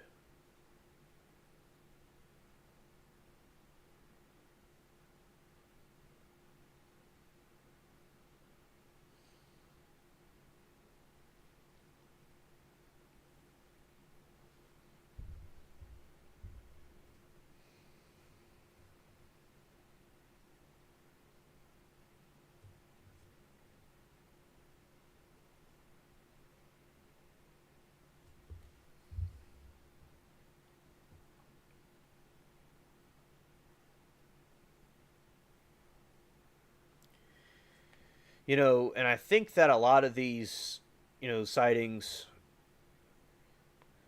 very crazy. For people to have, seen these things, and it makes you wonder, what's really out there. Hugh Gray's photograph taken near Foyers on 12 November 1933 was the first photograph alleged to depict the monster. It was slightly blurred, and it has been noted that if one looks closely, the head of the dog can be seen. Gray had taken his Labrador for a walk that day, and it is suspected that the photograph depicts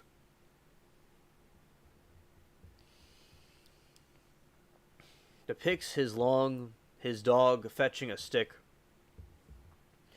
from the loch. Others have suggested that the photograph depicts an otter or a swan. The original negative was lost. However, in 1963, Maurice Burton came into possession of two lantern slides, contact positive from the original negative, and when projected into a screen, they revealed the otter rolling on the surface in the characteristic fashion.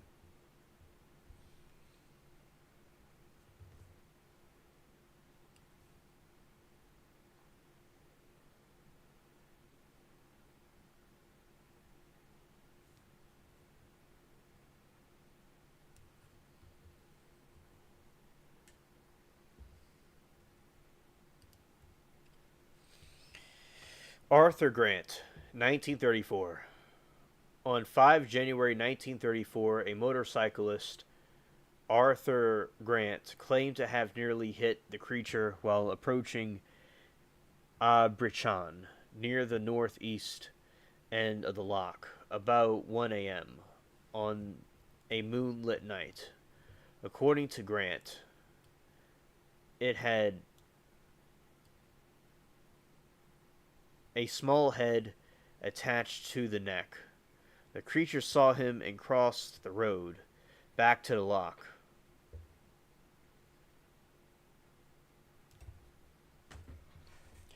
Grant Ventinary, a veterinary student, described it as a cross between a seal and a plesiosaurus.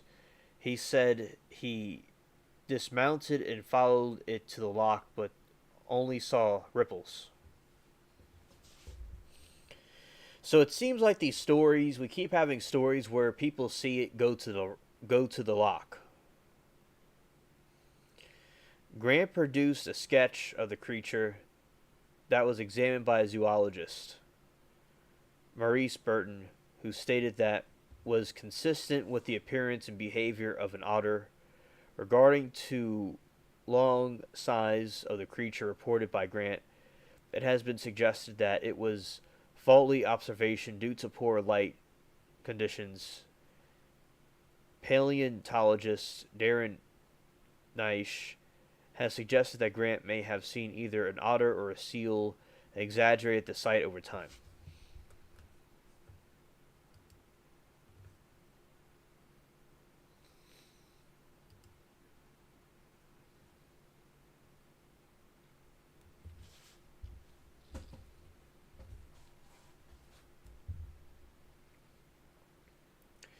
Surgeon's photograph.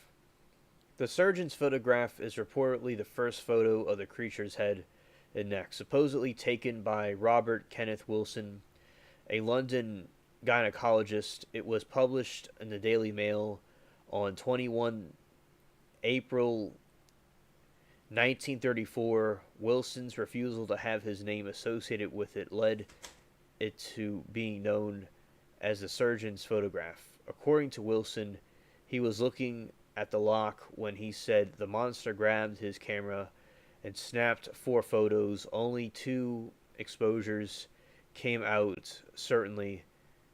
The first reportedly shows a small head and back, and second shows a similar head in a diving position. The first photo became well known. The second attracted little publicity because of its blurriness.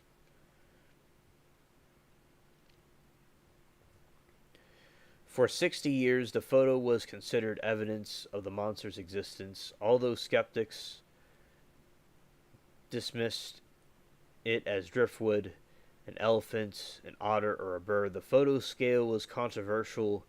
It is often shown cropped, making the creature seem large and ripples like waves, while the uncropped shot shows the other end of the loch, the monster in the center. The ripples of the photo were found to fit the size and pattern of small ripples rather than large waves. Photographed up close, analysis of the original image fostered further doubt.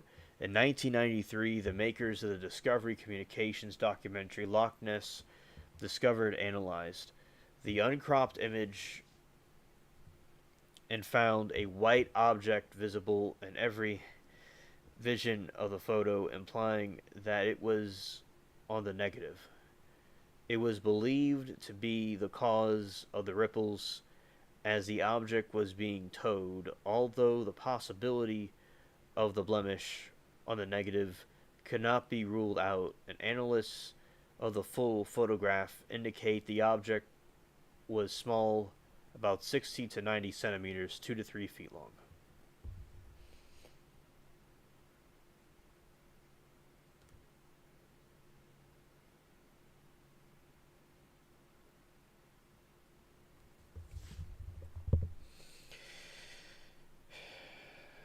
Since 1994, most agree that the photo was an elaborate hoax. It had been described as fake in 7 of December 1975 Sunday Telegraph article that fell into obscurity. Details of how the photo was taken were published in 1999 book.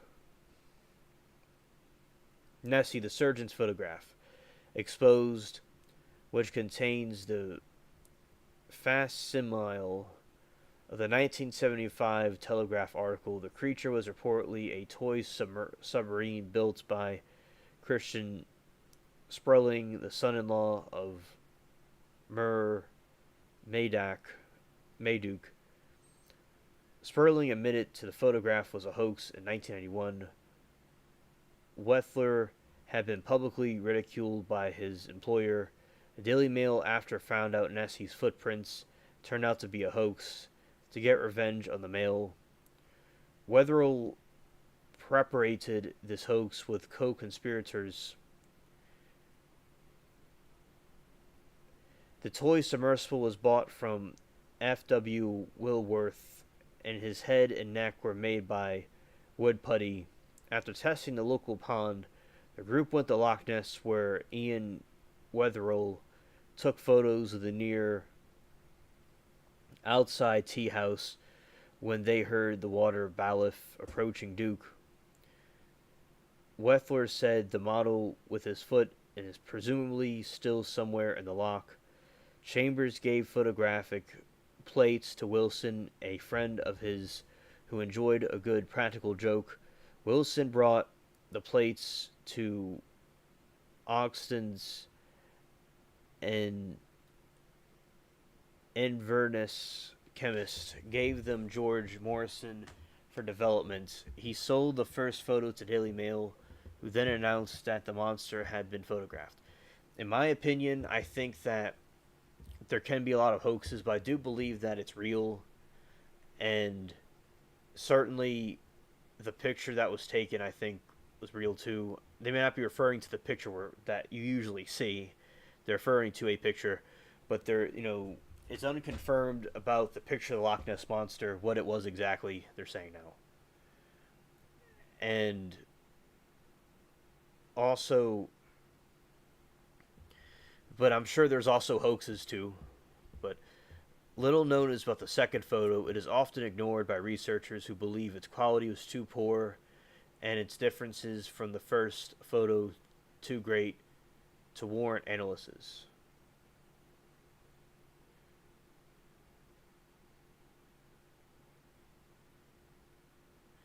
Quality is poor and differences from the first photo. Yes, exactly, Sarah. Right. But of course, I believe the pictures are real, most likely. But also, there are hoaxes as well. If all the pictures were fake, it still is real. Anyway, either way. Photo too great to warrant analysis. Oh, Sarah, I want to tell you something.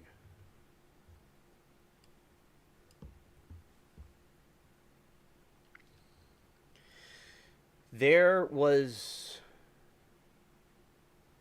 a situation where there's a U-boat that was passing through the loch, and it was attacked by a giant creature, and it was rocking back and forth. And I think that that's very interesting.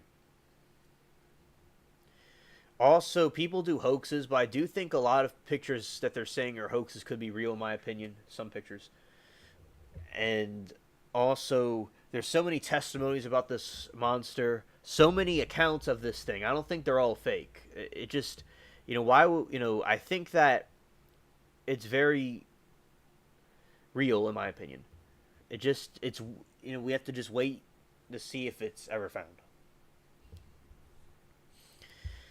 It shows a head similar to the first photo, with a more turbulent wave pattern and possibly taken at a different time and location in the loch. Some believe it to be an earlier, cruder attempt at a hoax, and others, including Roy McCall and Murray Spurton, consider it a picture of diving bird or otter that Wilson mistook for the monster. According to Morrison, when the plates were developed, Wilson was uninterested in the second photo. He allowed Morrison to keep the negative.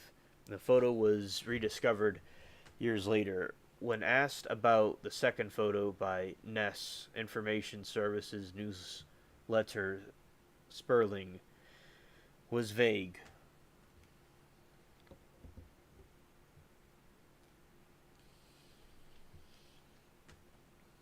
Thought it might have been a piece of wood they were trying out as a monster, but it was not sure.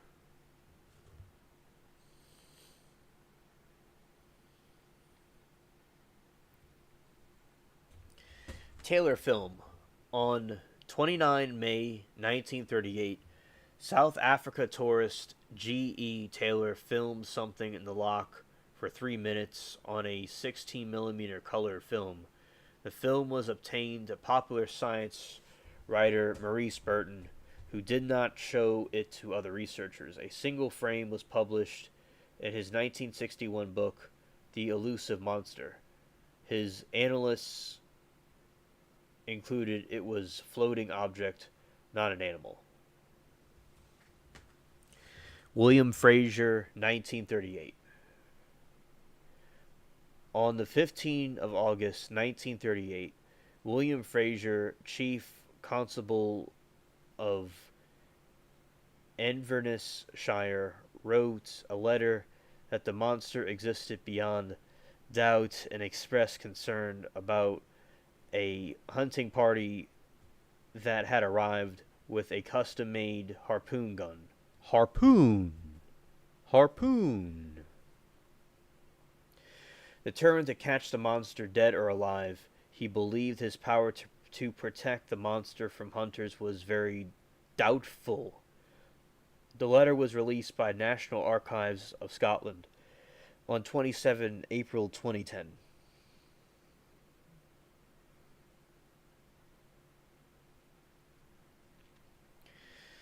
Sonar readings.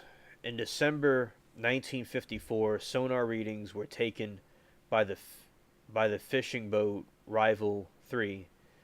Its crew noted a large object keeping pace with the vessel at a depth of 146 meters, 479 feet. It was detected from 800 meters, 2,600 feet before contact was lost. Regained previous sonar attempts were inconclusive or negative.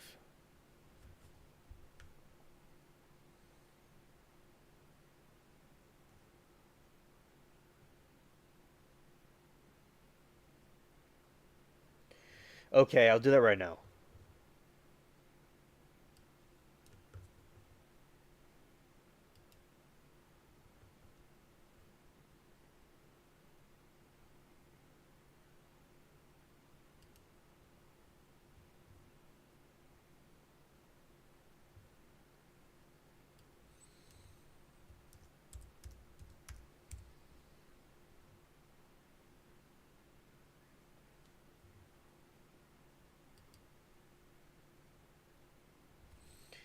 All right, that's a U-boat. That's a U-boat.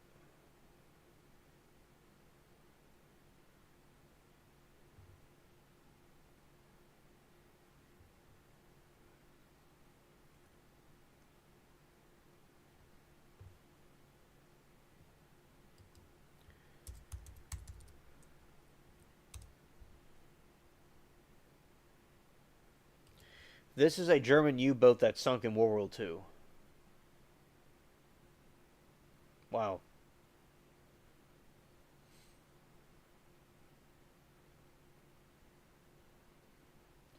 Yeah, yeah.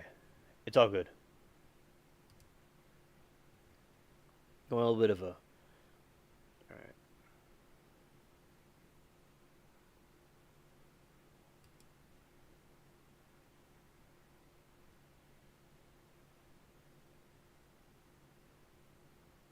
Exactly. It had to be something big. Yeah, that's the U-boat underwater.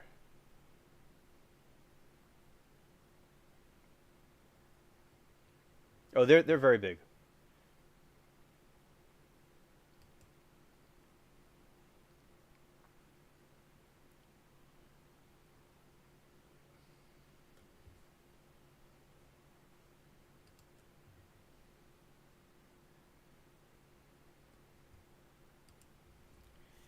You see, look how big that one is.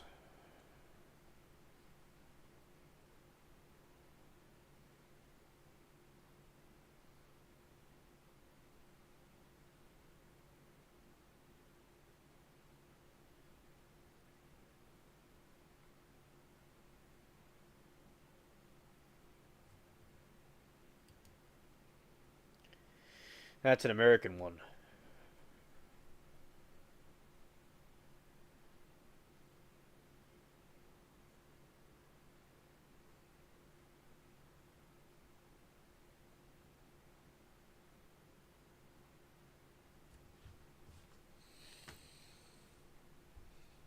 Yes, big vessels. And also look up about NASA looking for Nessie.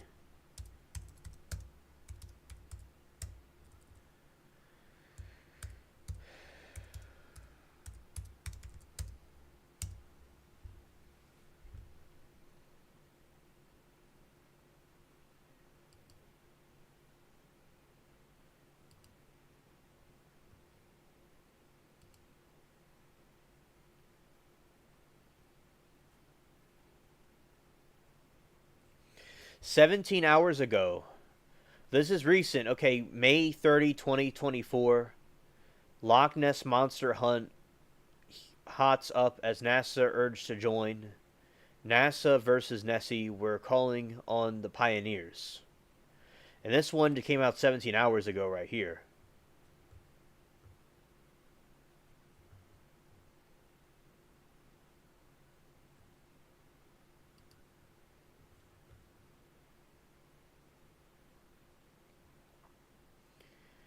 All right, Scotland's Loch Ness Centre calls on NASA to search for Nessie.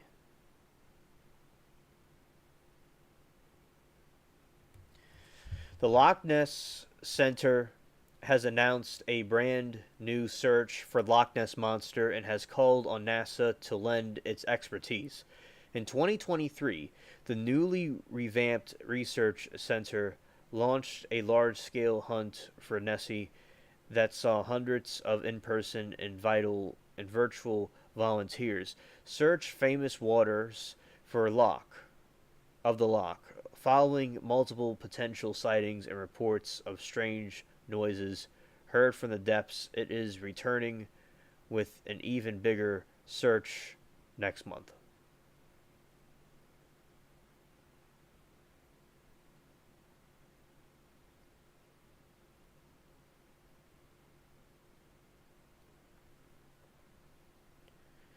Set to take place between May 30 and June 2, the Loch Ness Center is once again looking for budding monster hunters to take part in the search this year. However, organizers are already asking for expertise to lend a hand.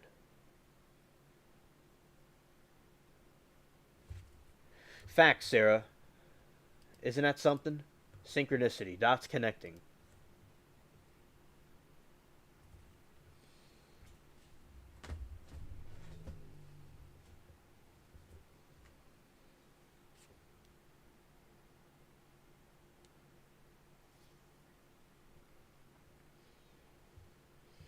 As well as scientists and universities and research centers have called on pioneers of exploration NASA to provide equipment and expertise by using state of the art technology. The Loch Ness Center is hoping to uncover the mysteries of the Loch Ness once and for all. The new search coincides with 90th anniversary of the first organized hunt for Nessie, when Sir Edward Mountain took the team and 20 became the Watchers of the Monster. Since then, there have been more than 1,156 alleged sightings of the legendary beast on the official Loch Ness Monster sightings register.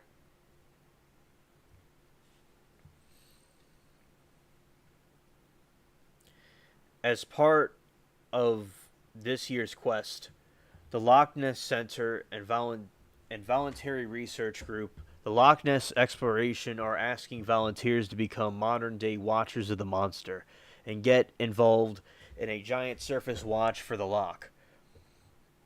Those taking part will keep an eye out for breaks in the water after being briefed on what to out for and how to record findings. Facts, Sarah. James Cameron, get involved, please. Amen. Sarah, that is a good idea. That's an idea. Absolutely.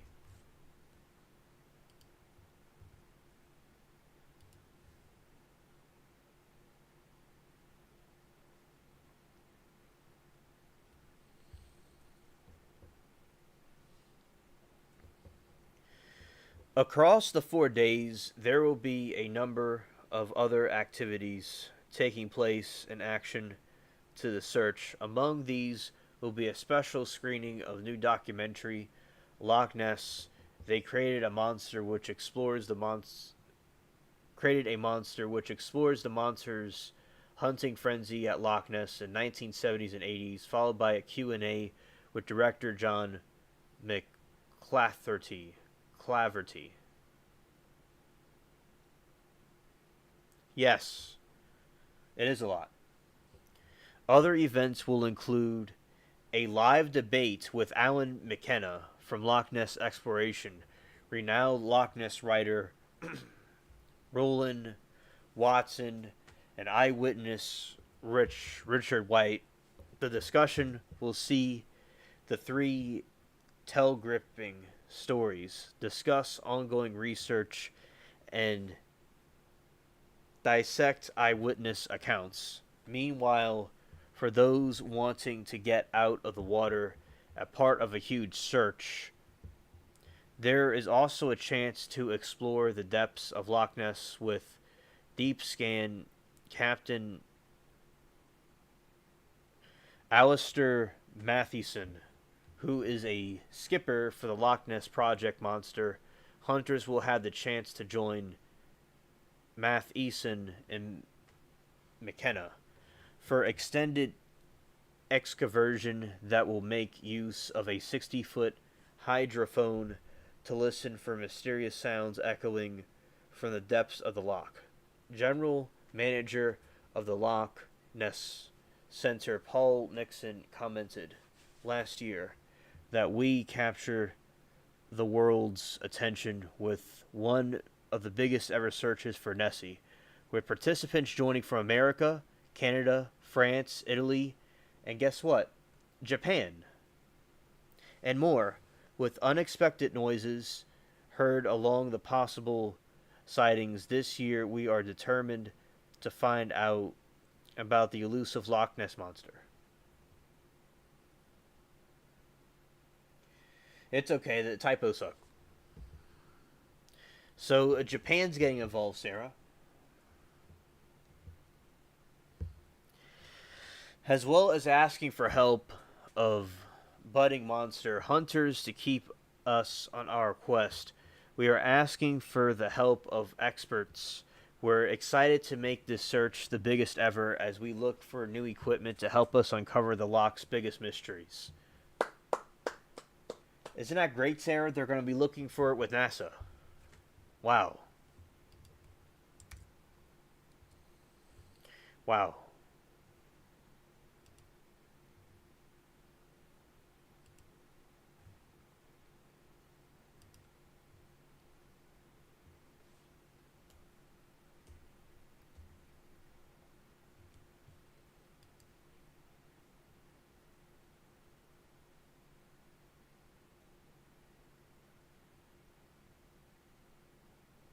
Oh, yeah. I know, right? Wow.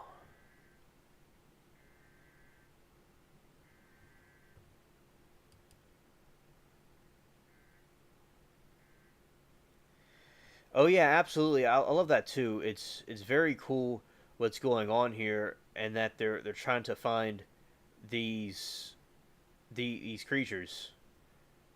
You know, I think that we'll find it eventually with the truth, and it's gonna be so cool when they find it, and they could go tell the whole world about it. Wow, wow, that's something. That's something. Exactly, Sarah. I'm glad too. Look at that, Sarah. We're gonna look at this other satellite image. This is a satellite image of the Loch Ness Monster, allegedly.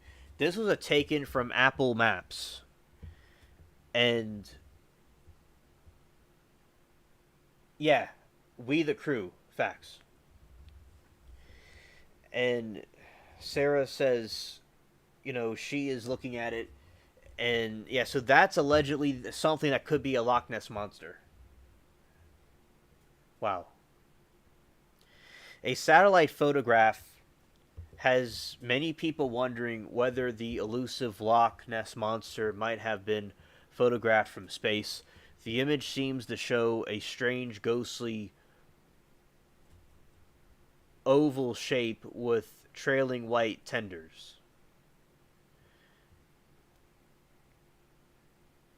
tendrils, either on the surface or just below the surface of Scotland's famous Loch Ness. The images were taken years ago but resurfaced last week when the story was picked up by the British newspaper.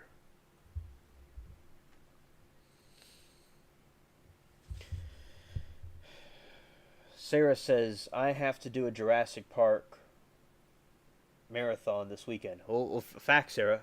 Facts. Monster hunters debated the new evidence, but soon several websites debunked the Nessie photo, including party poopers like www.southernfriedscience.com, doubtfulnews.com.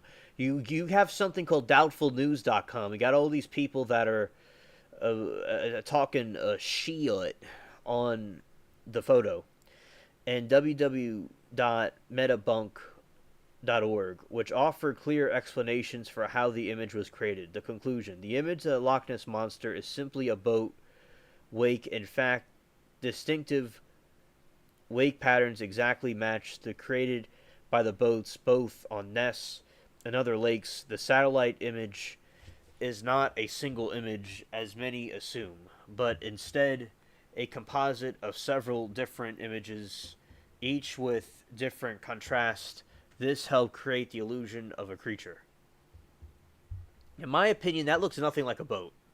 That chat. That's not a boat. How is that a boat?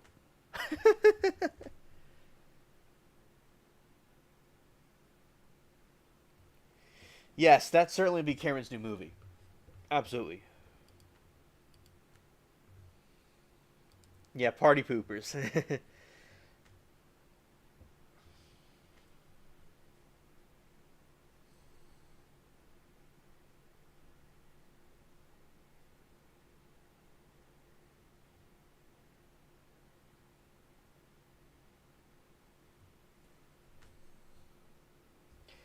Disinfo agencies. Yeah, yeah, exactly. It's like Sarah. To me, it reminds me of a Matrix attack. Like the Matrix wants to attack the claims people have about this and try to debunk it for some reason, in my opinion.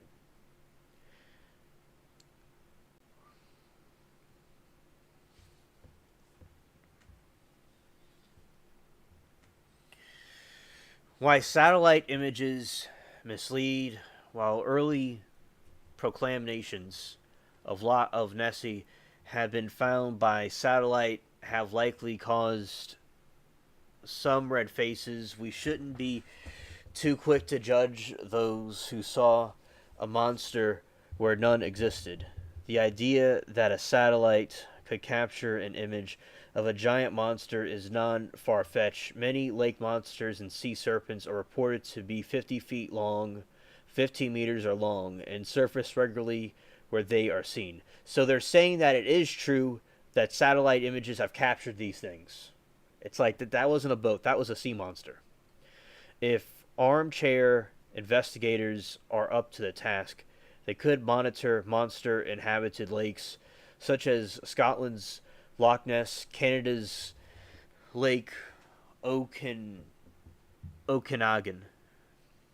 America's Lake Champlain. Using satellite technology, monster buffs don't need to dip their toes into cold lakes or brave the wilderness to search for their quarry. They can scan a dozen square miles over a cup of hot coffee at their leisure.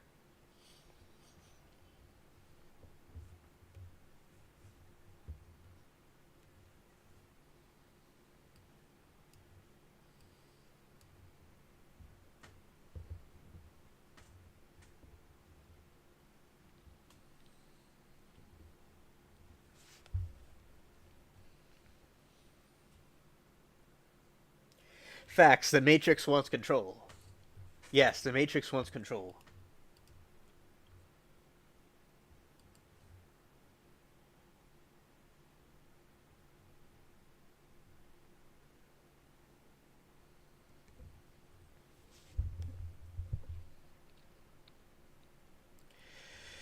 In their book, Remote Sensing, an Image Interruption, 2007, authors Thomas Lillysand, Ralph Keffer, and Jonathan Chipman explain why satellite images can easily mislead the public, although most individuals have had substantial experience in interrupting conventional photographs in their daily lives. The interpretation of aerial and space images often departs from everyday image interpretation in three important aspects: portrayal of the features from an overhead, often unfamiliar perspective, the frequent use of wavelengths outside of the visible portion of the spectrum, the depiction of the Earth's surface at unfamiliar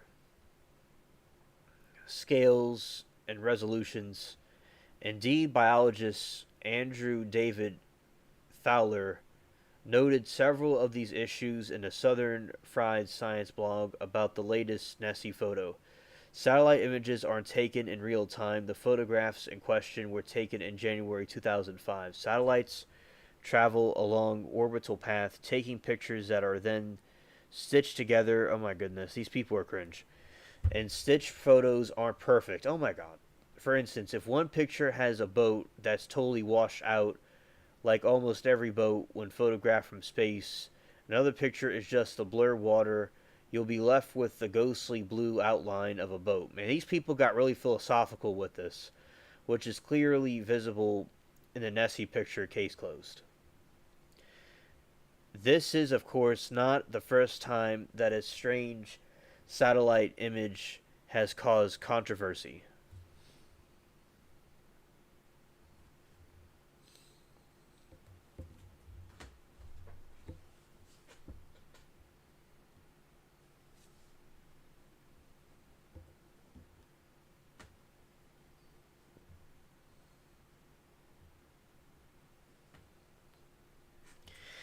In 2011, people reviewing images on Google Maps spotted a tangent of mysterious connected white lines in the Chinese desert.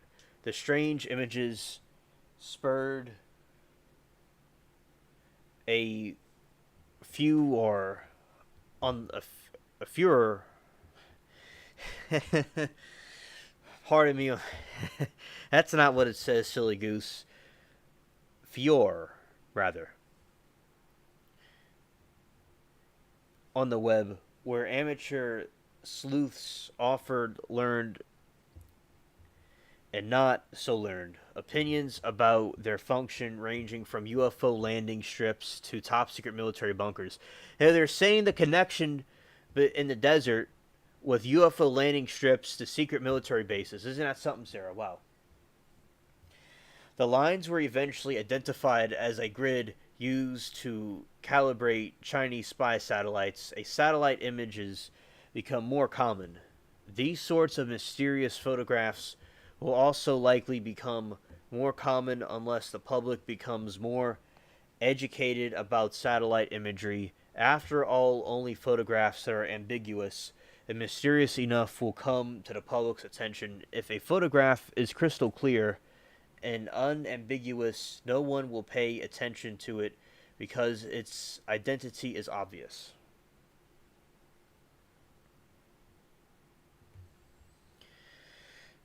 On the other hand, if a photograph is too ambiguous, it is likely to be ignored or deleted as an obvious mistake, such as a poor quality that is worthless. It is the same reason we don't see the worst photos that people take with their cell phones, because they're soon deleted. For an image to be mysterious, it needs to fall into the, oh my goodness, the Goldilocks zone. Hey, you hear this? Sarah, there's a Goldilocks zone of being just clear enough to give an idea of what it might be, but not clear enough to actually tell what it is. Though there have been many Loch Ness monster hoaxes dating back decades, most reports of the mysterious aquatic beast are simply mistakes and misidentifications, and this Nessie satellite photo is the only latest on this matter. Wow. Wow, that's crazy.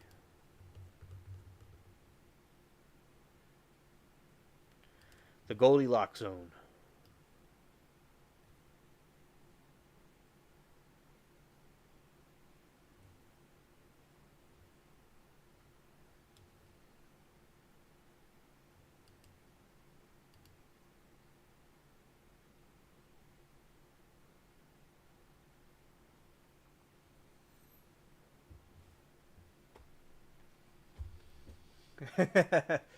Yeah, it has to fall into the Goldilocks zone. That's just cringe. They're making up stuff now.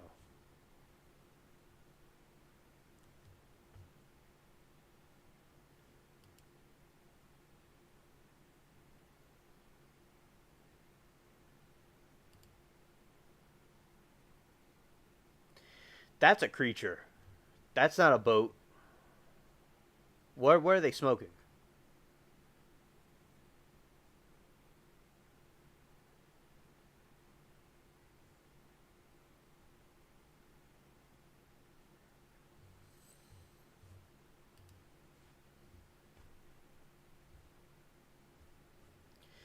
I know we're getting a lot of meat, a lot of information. All right, Express.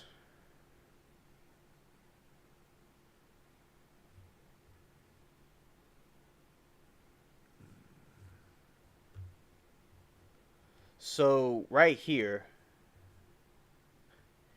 you have a picture of the alleged Loch Ness monster, right there.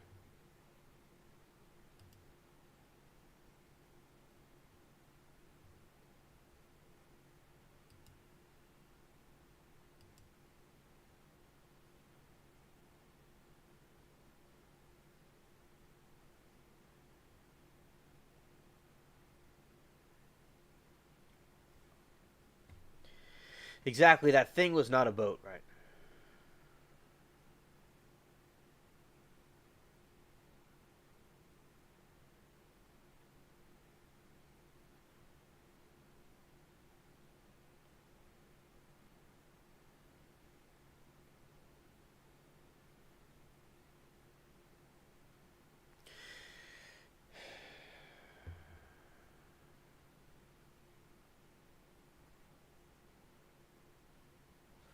Yeah.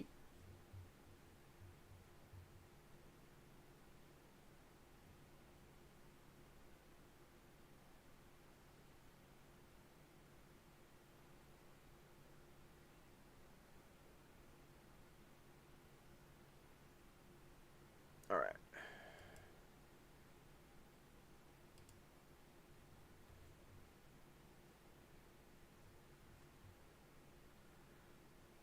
Okay.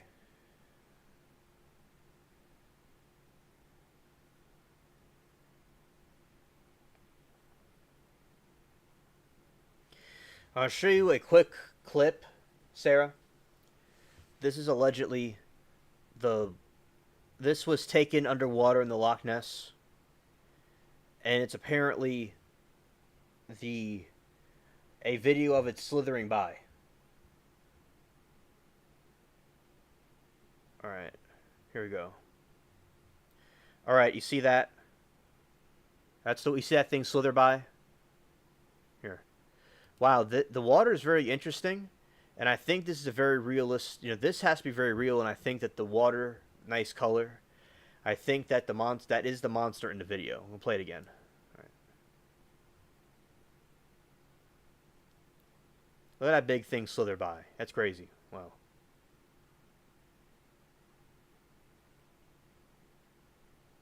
That's a giant thing, man. That's a giant thing slithering by. Wow.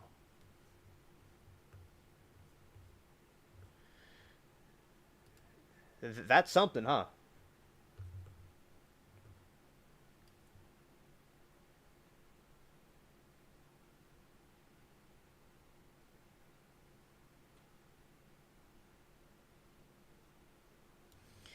Now, I might do this again with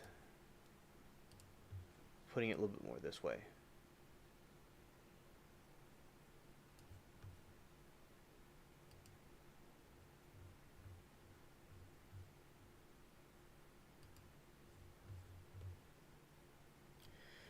Repositioning the video a little bit.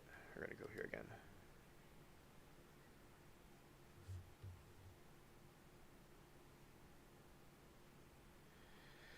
Alright, so I'm going to play this again. I have the screen more centered. So basically, this thing was taken in the Loch Ness Monster. It was taken underwater in the loch, and it's allegedly either the Loch Ness Monster or some sort of creature like it. And it's this thing slithering by. You're on your phone. Oh, okay. Well, Sarah, I will then do a video about this, and I'll play it in a video so you can be able to see it better.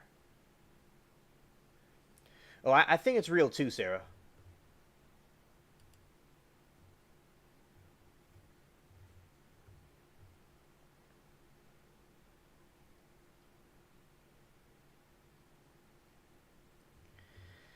Oh, I think it's real also. And I'll make a video about that thing, and I'll show it to you, in a future video so you could see it better.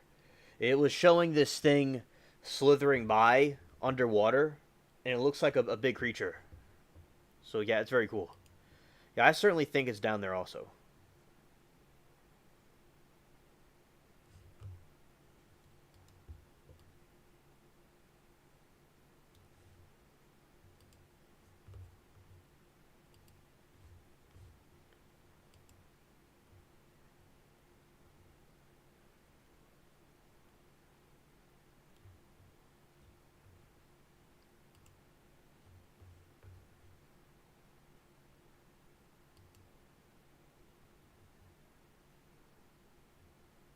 You're welcome, Sarah.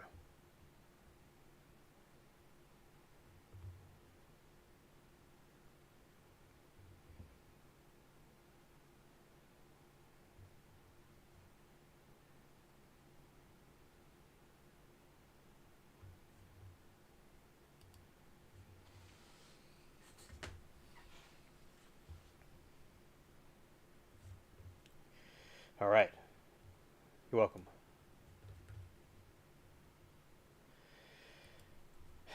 I'll read over this one more thing, and then we're going to talk about Star Wars. We're going to talk about the Death Star, and then that will be the end of the show. Two more things. All right. Peter MacNab, Urquhart Castle, on 29 July 1955, took a photograph that depicted two long black humps in the water. The photograph was not made public until it appeared in the Constance White's 1957 book on the subject on 23 October 1958. It was published by the Weekly Scotsman. Author Ronald Binns wrote that the phenomenon which MacNab photographed could easily be wave effect resulting from three trawlers traveling closely together up the loch. Other researchers considered the photograph a hoax. Roy McCall requested to use a photograph in his 1976 book. He received the original negative from MacNab, but discovered the different photographs appeared in White's book. The tree at the bottom left was missing from the negative. It is suspected the photograph was decorated, re-photographing a print. Yeah, wants you left alone. Loch Ness Lives Matter. Loch Ness Lives Matter.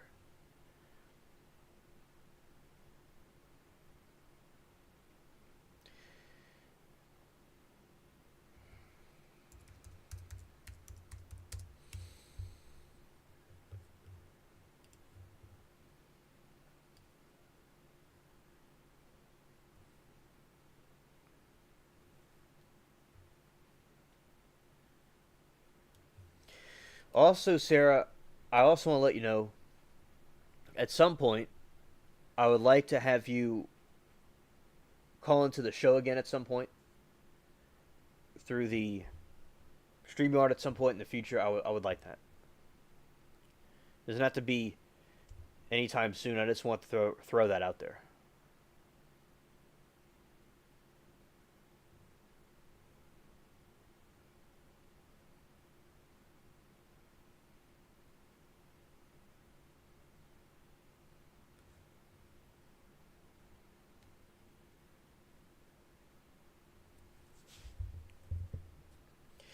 Original Death Star. All right. So the original Death Stars completed from appears in the original Star Wars film known as DS-1 Orbital Battle Station or Project Stardust in Rogue One. Before learning the true name of the weapon, the Rebel Alliance referred to it as the Planet Killer.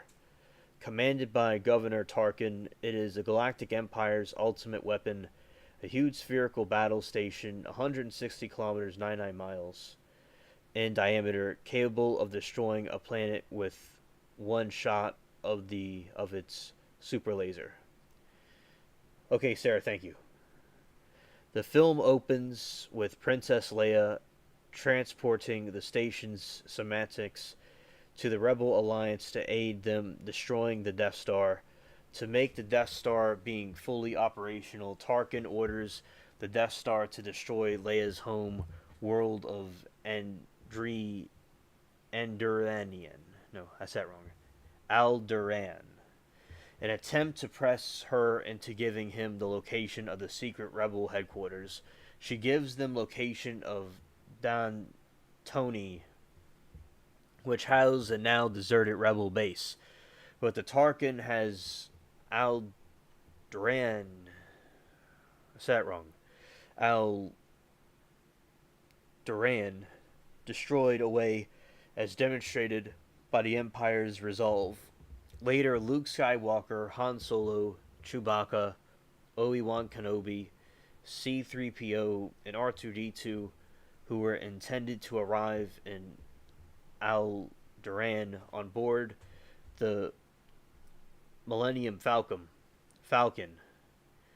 are pulled aboard the station by a tractor beam, where they discovered and managed to rescue Princess Leia. As they make their escape, Obi-Wan sacrifices himself, with-dueling Darth Vader, enabling the others to flee the station later. Luke returns as part of a fighter force to attack its only weak point, a ray-shielded particle exhaust vent leading straight from the surface directly into the reactor core. Discovered previously from the stolen semantics, Luke is able to successfully launch his X-Wing fighters torpedoes into the vents, impacting the core, triggering a catastrophic explosion which destroys the station before it can annihilate the rebel base on Yavin 4.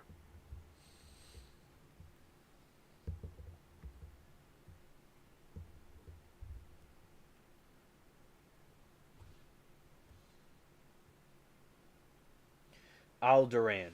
Thank you, Sarah. Alderaan.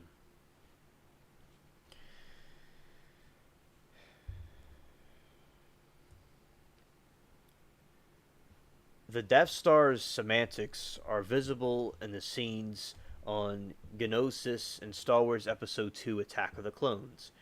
Eventually designed by Genosians, led by Archduke Poggle the Lesser, member of the Confederacy of Independent Systems, and is shown early in the construction and end of Episode 3 Revenge of the Sith. The Clone Wars Legacy story reel from Unfinished Crystal Crisis on Utapu episodes reveal the General Grievous went to Utapu prior to Revenge of the Sith in order to acquire an enormous cyber crystal. For a minute I thought it was going to be a cyber truck, but it's a cyber crystal. to power the Death Star super laser.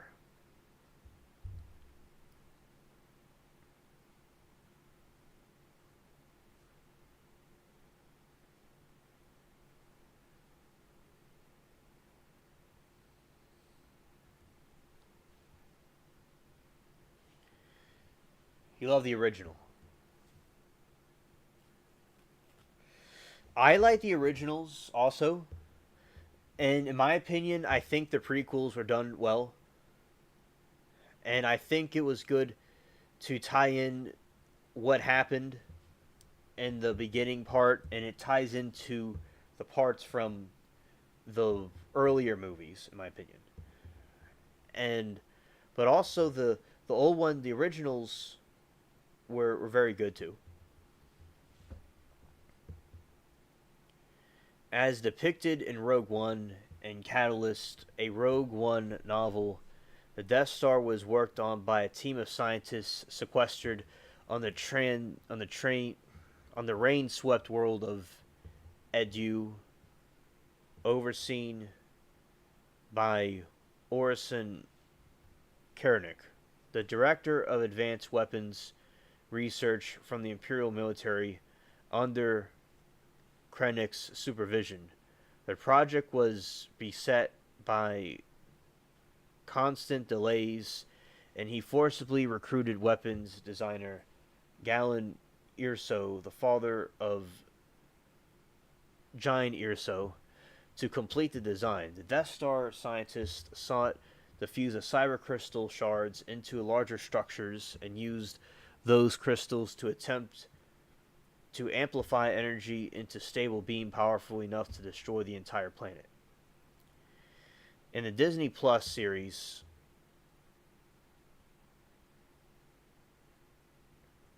Andor, set after the novel but before the film, prisoners of the Imperial Prison Complex in Narkrina 5, including the Cassian Andor, who got sent to the prison during his time as Keith Grigo, worked on an Imperial equipment during their shifts, which was revealed in the post-credits scene of the series. Final episode, Rick's Road, to be parts built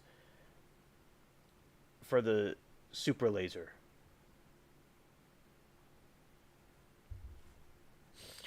Oh, Sarah. You know something? Wow. Synchronicity right here.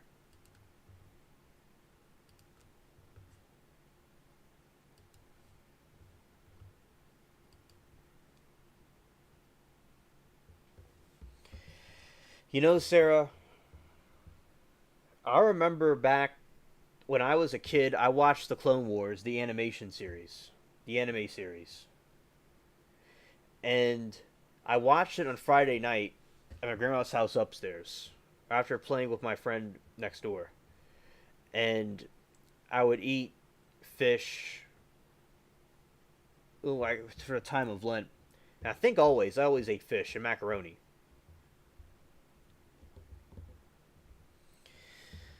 And I am talking about it on Friday to Saturday night in my time. It's Saturday morning now, and that's like when I watched it when I was a kid on Fridays. And my grandma helps with the Wi-Fi because because I have it reset before I do the stream, so the streams in theory can work perfectly fine. Said yesterday something, you know, maybe she forgot or something, or she was tired or something like that. But I think it was reset. Something happened. Could have been the weather, a couple of things. But you see now it's working perfectly fine. But so that's a synchronicity thing for me because that's when I did. That's when I watched the animation series. And yeah, I don't have cable anymore either. We just had the satellite TV now. The 2014 book Star Wars Tarkin details the life of Grand Moff Tarkin and prominently featured the Death Star. Catalyst, a Rogue One novel, tells the story of the development of the Death Star's superweapon by Galen Erso and Krennic's depiction of him It also reveals how Pago worked with Krennic on the project, but then turned on him. In the animated series Star Wars Rebels, the two episodes Ghosts of Gnosis hints that Gnosians were nearly wiped out of existence on the Empire's need for secrecy. Saw Gerrera, having been sent to Gnosis to investigate, deduces that the Empire possesses a super weapon and resolves to discover the Death Star as depicted in a two part episode in Name of the Rebellion. Though it is not the end, Saul learns that the weapon is powered by cyber crystals taken from Jedha system. Yeah, she has the Wi-Fi touch. Yes. And the way it works is that it's over there, and there's a Wi-Fi booster that sends it here. It's really cool how it works. It's like wireless cell towers. It's basically the same. It's basically an invention that Nikola Tesla came up with. How there would be wireless electricity, but instead it's a wireless internet connection. But it's the same invention. Put in a tiny little white thing. So we're using the invention that Tesla used. And that would be great if they could use wireless electricity. That'd be so cool. Rogue One focuses on a brand of rebels stealing the Death Star plans. Just prior to the events of A New Hope, the Death Star is first used to destroy the Jedha city, both as a response to a violation insurgency on the planet. As display of the Death Star's operational statues, Tarkin assumes the control over the Death Star, while Krennic investigates the security breaches in a design project. It is subsequently revealed that Galeen discreetly sabotaged the design by building a vulnerability into the reactor. After the Death Star plans are stolen from the Scarif vault, Tarkin fires the Death Star's super laser on the base, deleting Krennic, as well as Jyn Erso. Her small band of rebels. Rogue One also reveals the Death Star's super laser is powered by multiple reactors, allowing it to vary its destructive power depending on the target. Both the attack of the Jedha city and the Scarif base use single reactor. Yeah, thanks, Sarah.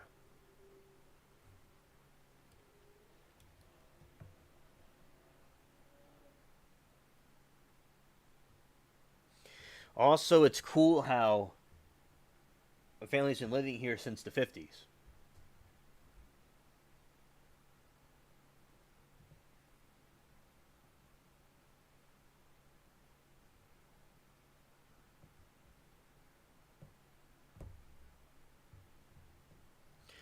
According to Star Wars reference books, the population of Death Star was 1.7 million military personnel, 400,000 maintenance droids, and 250 civilians associated with contractors,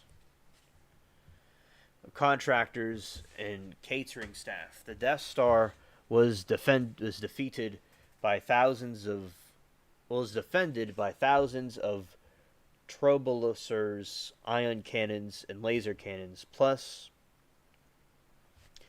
a complement of 7 to 9,000 TIE fighters, along with tens of thousands of support craft. It also had several massive docking bays, including dry docks, capable of accommodating star destroyers.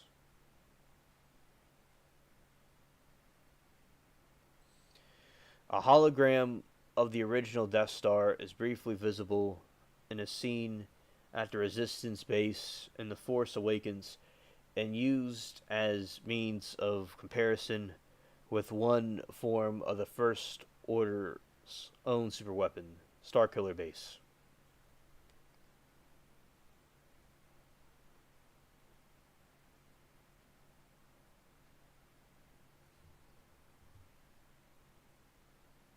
Yes, indeed. Yes, indeed.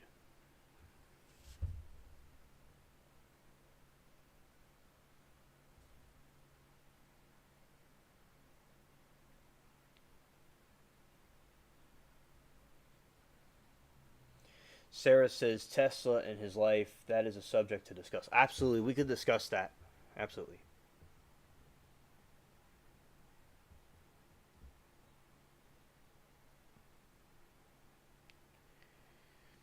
And Sarah says longtime heritage. Yeah, yeah, my heritage. Yeah, being here for so long. And my great grandfather, he did a lot of different things, and my grandpa did too. And now I'm the guy on the internet. My grandpa had a roofing business and a couple different things, and his dad did a lot of. He did things with cars and real estate, and I do things the internet. And as I said, and my grandpa is proud of what I've done, and my grandparents are both of them.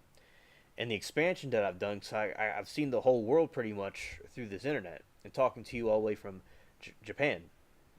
You know, none of my ancestors were able to never communicate with people directly from Japan before. So that's cool that y'all moved over there, and learning back and forth is very very cool.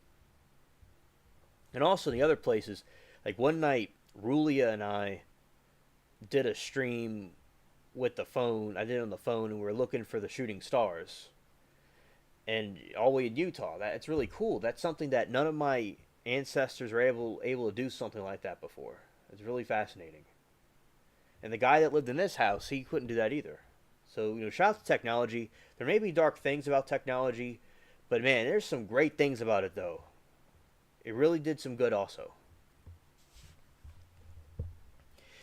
In 1983, The Return of the Jedi features a DS-2 orbital battle station under construction as it orbits the forest moon Endor, which houses a shield generator pro- protecting the station.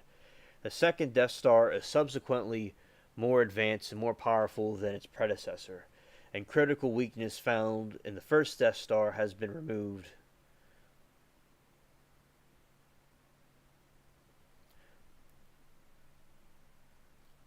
The Rebel Alliance's only hope is to destroy it prior to its completion.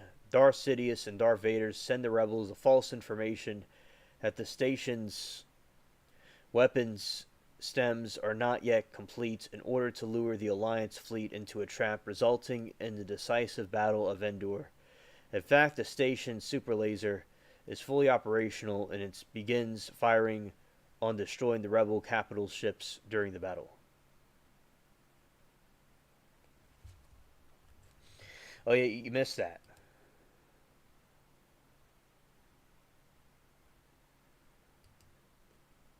Amen, Sarah.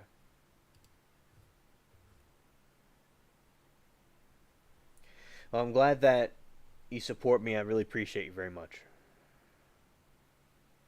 Yeah, it was a fun stream. It's just that there was nothing really to be seen because I didn't see any shooting stars, and she only saw one. But it was fun. I enjoyed my time with her, and SC came, and a couple other people came. I enjoyed it.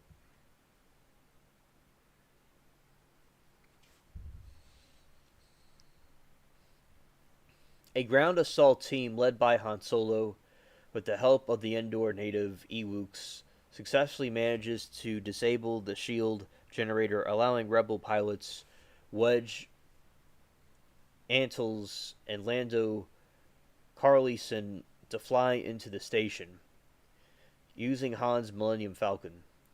The fire on its reactor destroying the station in another catastrophic explosion. In an early draft, a Return to the Jedi features two Death Stars at various stages completion. According to the Star Wars Encyclopedia, the second Death Star has been had its North Pole a heavily armed armored 100-story tower toppled by the Emperor's private observation chamber. The size of the second Death Star has not remained consistent among the various writers of the Star Wars franchise, with some stating it shared the first Death Star's 160-kilometer 99-mile radius, and others claiming it was much more massive with a 900-kilometer 560-mile radius. The most recent figure established in 2017 by Ryder Windham gives the second Death Star radius 200 kilometers, 127 miles. Oh yeah, Sarah, it's uploaded. It's already there. Sarah says, "Oh cool, Han's my fave." Yeah, I was also nicknamed Han Solo, that character. Some of my friends nicknamed me that. Sarah says, "Well, not in his final scene, woke Disney." Oh yeah, I remember in that scene with him and woke Disney. I remember that. Yeah, Disney messed up Star Wars in my opinion. I like the new scene with Anakin and Obi-Wan, but basically, I think that besides that, they completely ruined it, and also the one between him and Ahsoka was cool.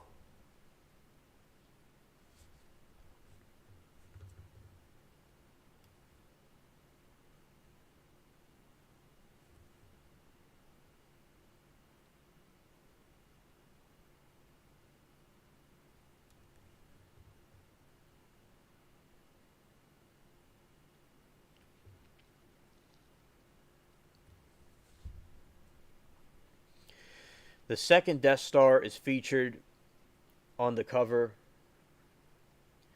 of the book Star Wars Aftermath, which also features many flashbacks to the destruction of the second Death Star as well as events directly after its destruction.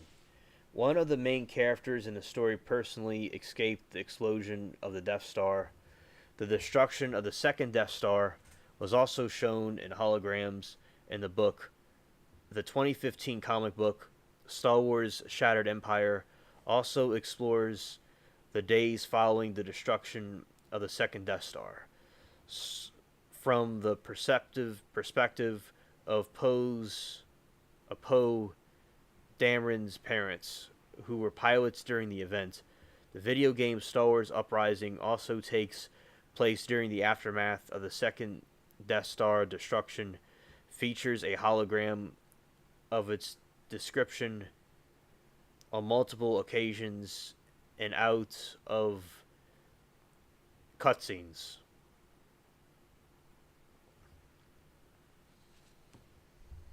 Part of the wreckage of the second Death Star appears in Rise of Skywalker.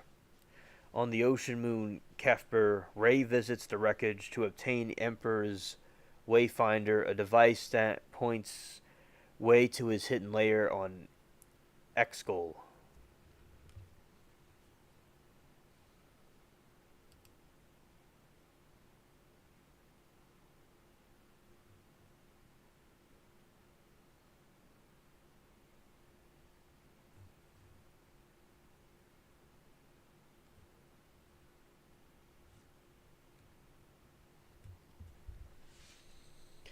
Similar superweapons.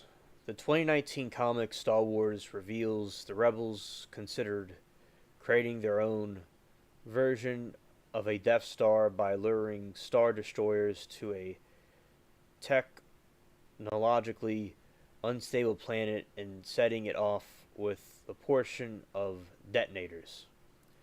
The Force Awakens features Star Killer Base, the Death Star like superweapon built by the First Order, an autocratic regime considered to be the successor of the Empire, significantly larger than both previous Death Star.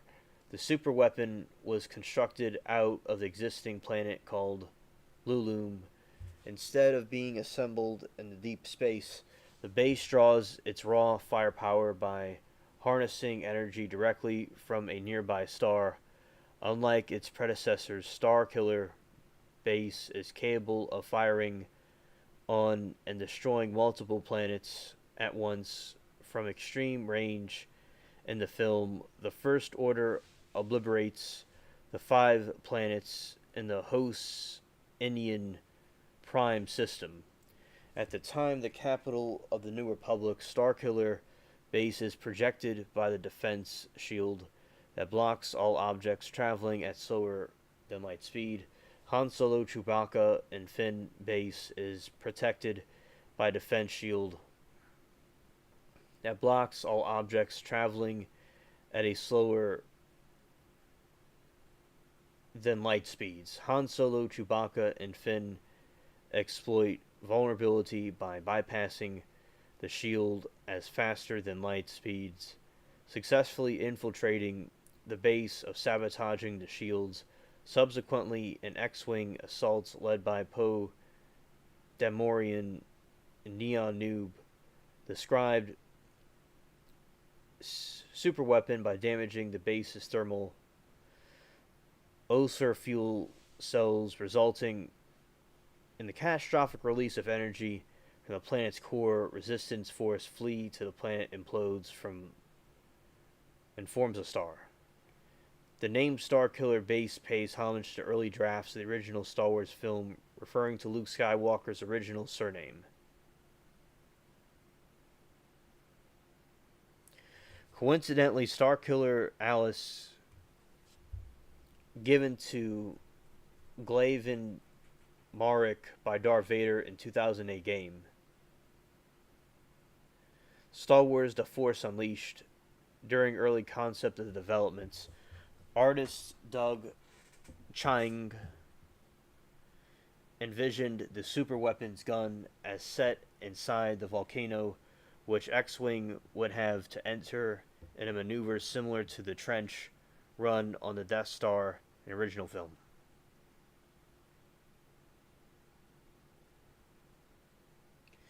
Well, Sarah, actually, it's the end of the show. That's all I want to do. I finished the Star Wars that I wanted to do. And I finished what I wanted to do. I was just going to read a little bit of it. And which I did. I read quite a bit. And we're done for the night. I did all the topics that I wanted to cover. So everybody, I'm glad that the people that came, that liked the video, that are watching this rerun and seeing it this far into the show. I appreciate everybody. And also, you forgot that. So I'm thankful for everybody. Thanks for everybody for coming here. And look forward to seeing you all on the next show. And I will see about maybe doing another one this weekend. If everything goes right. Sarah, you may not be awake. You'll probably see it as a rerun. But, thank you all for watching. And as I said, the recent upload was about the Titan sub. And the Merlin videos in production. So thank you, everybody. And peace.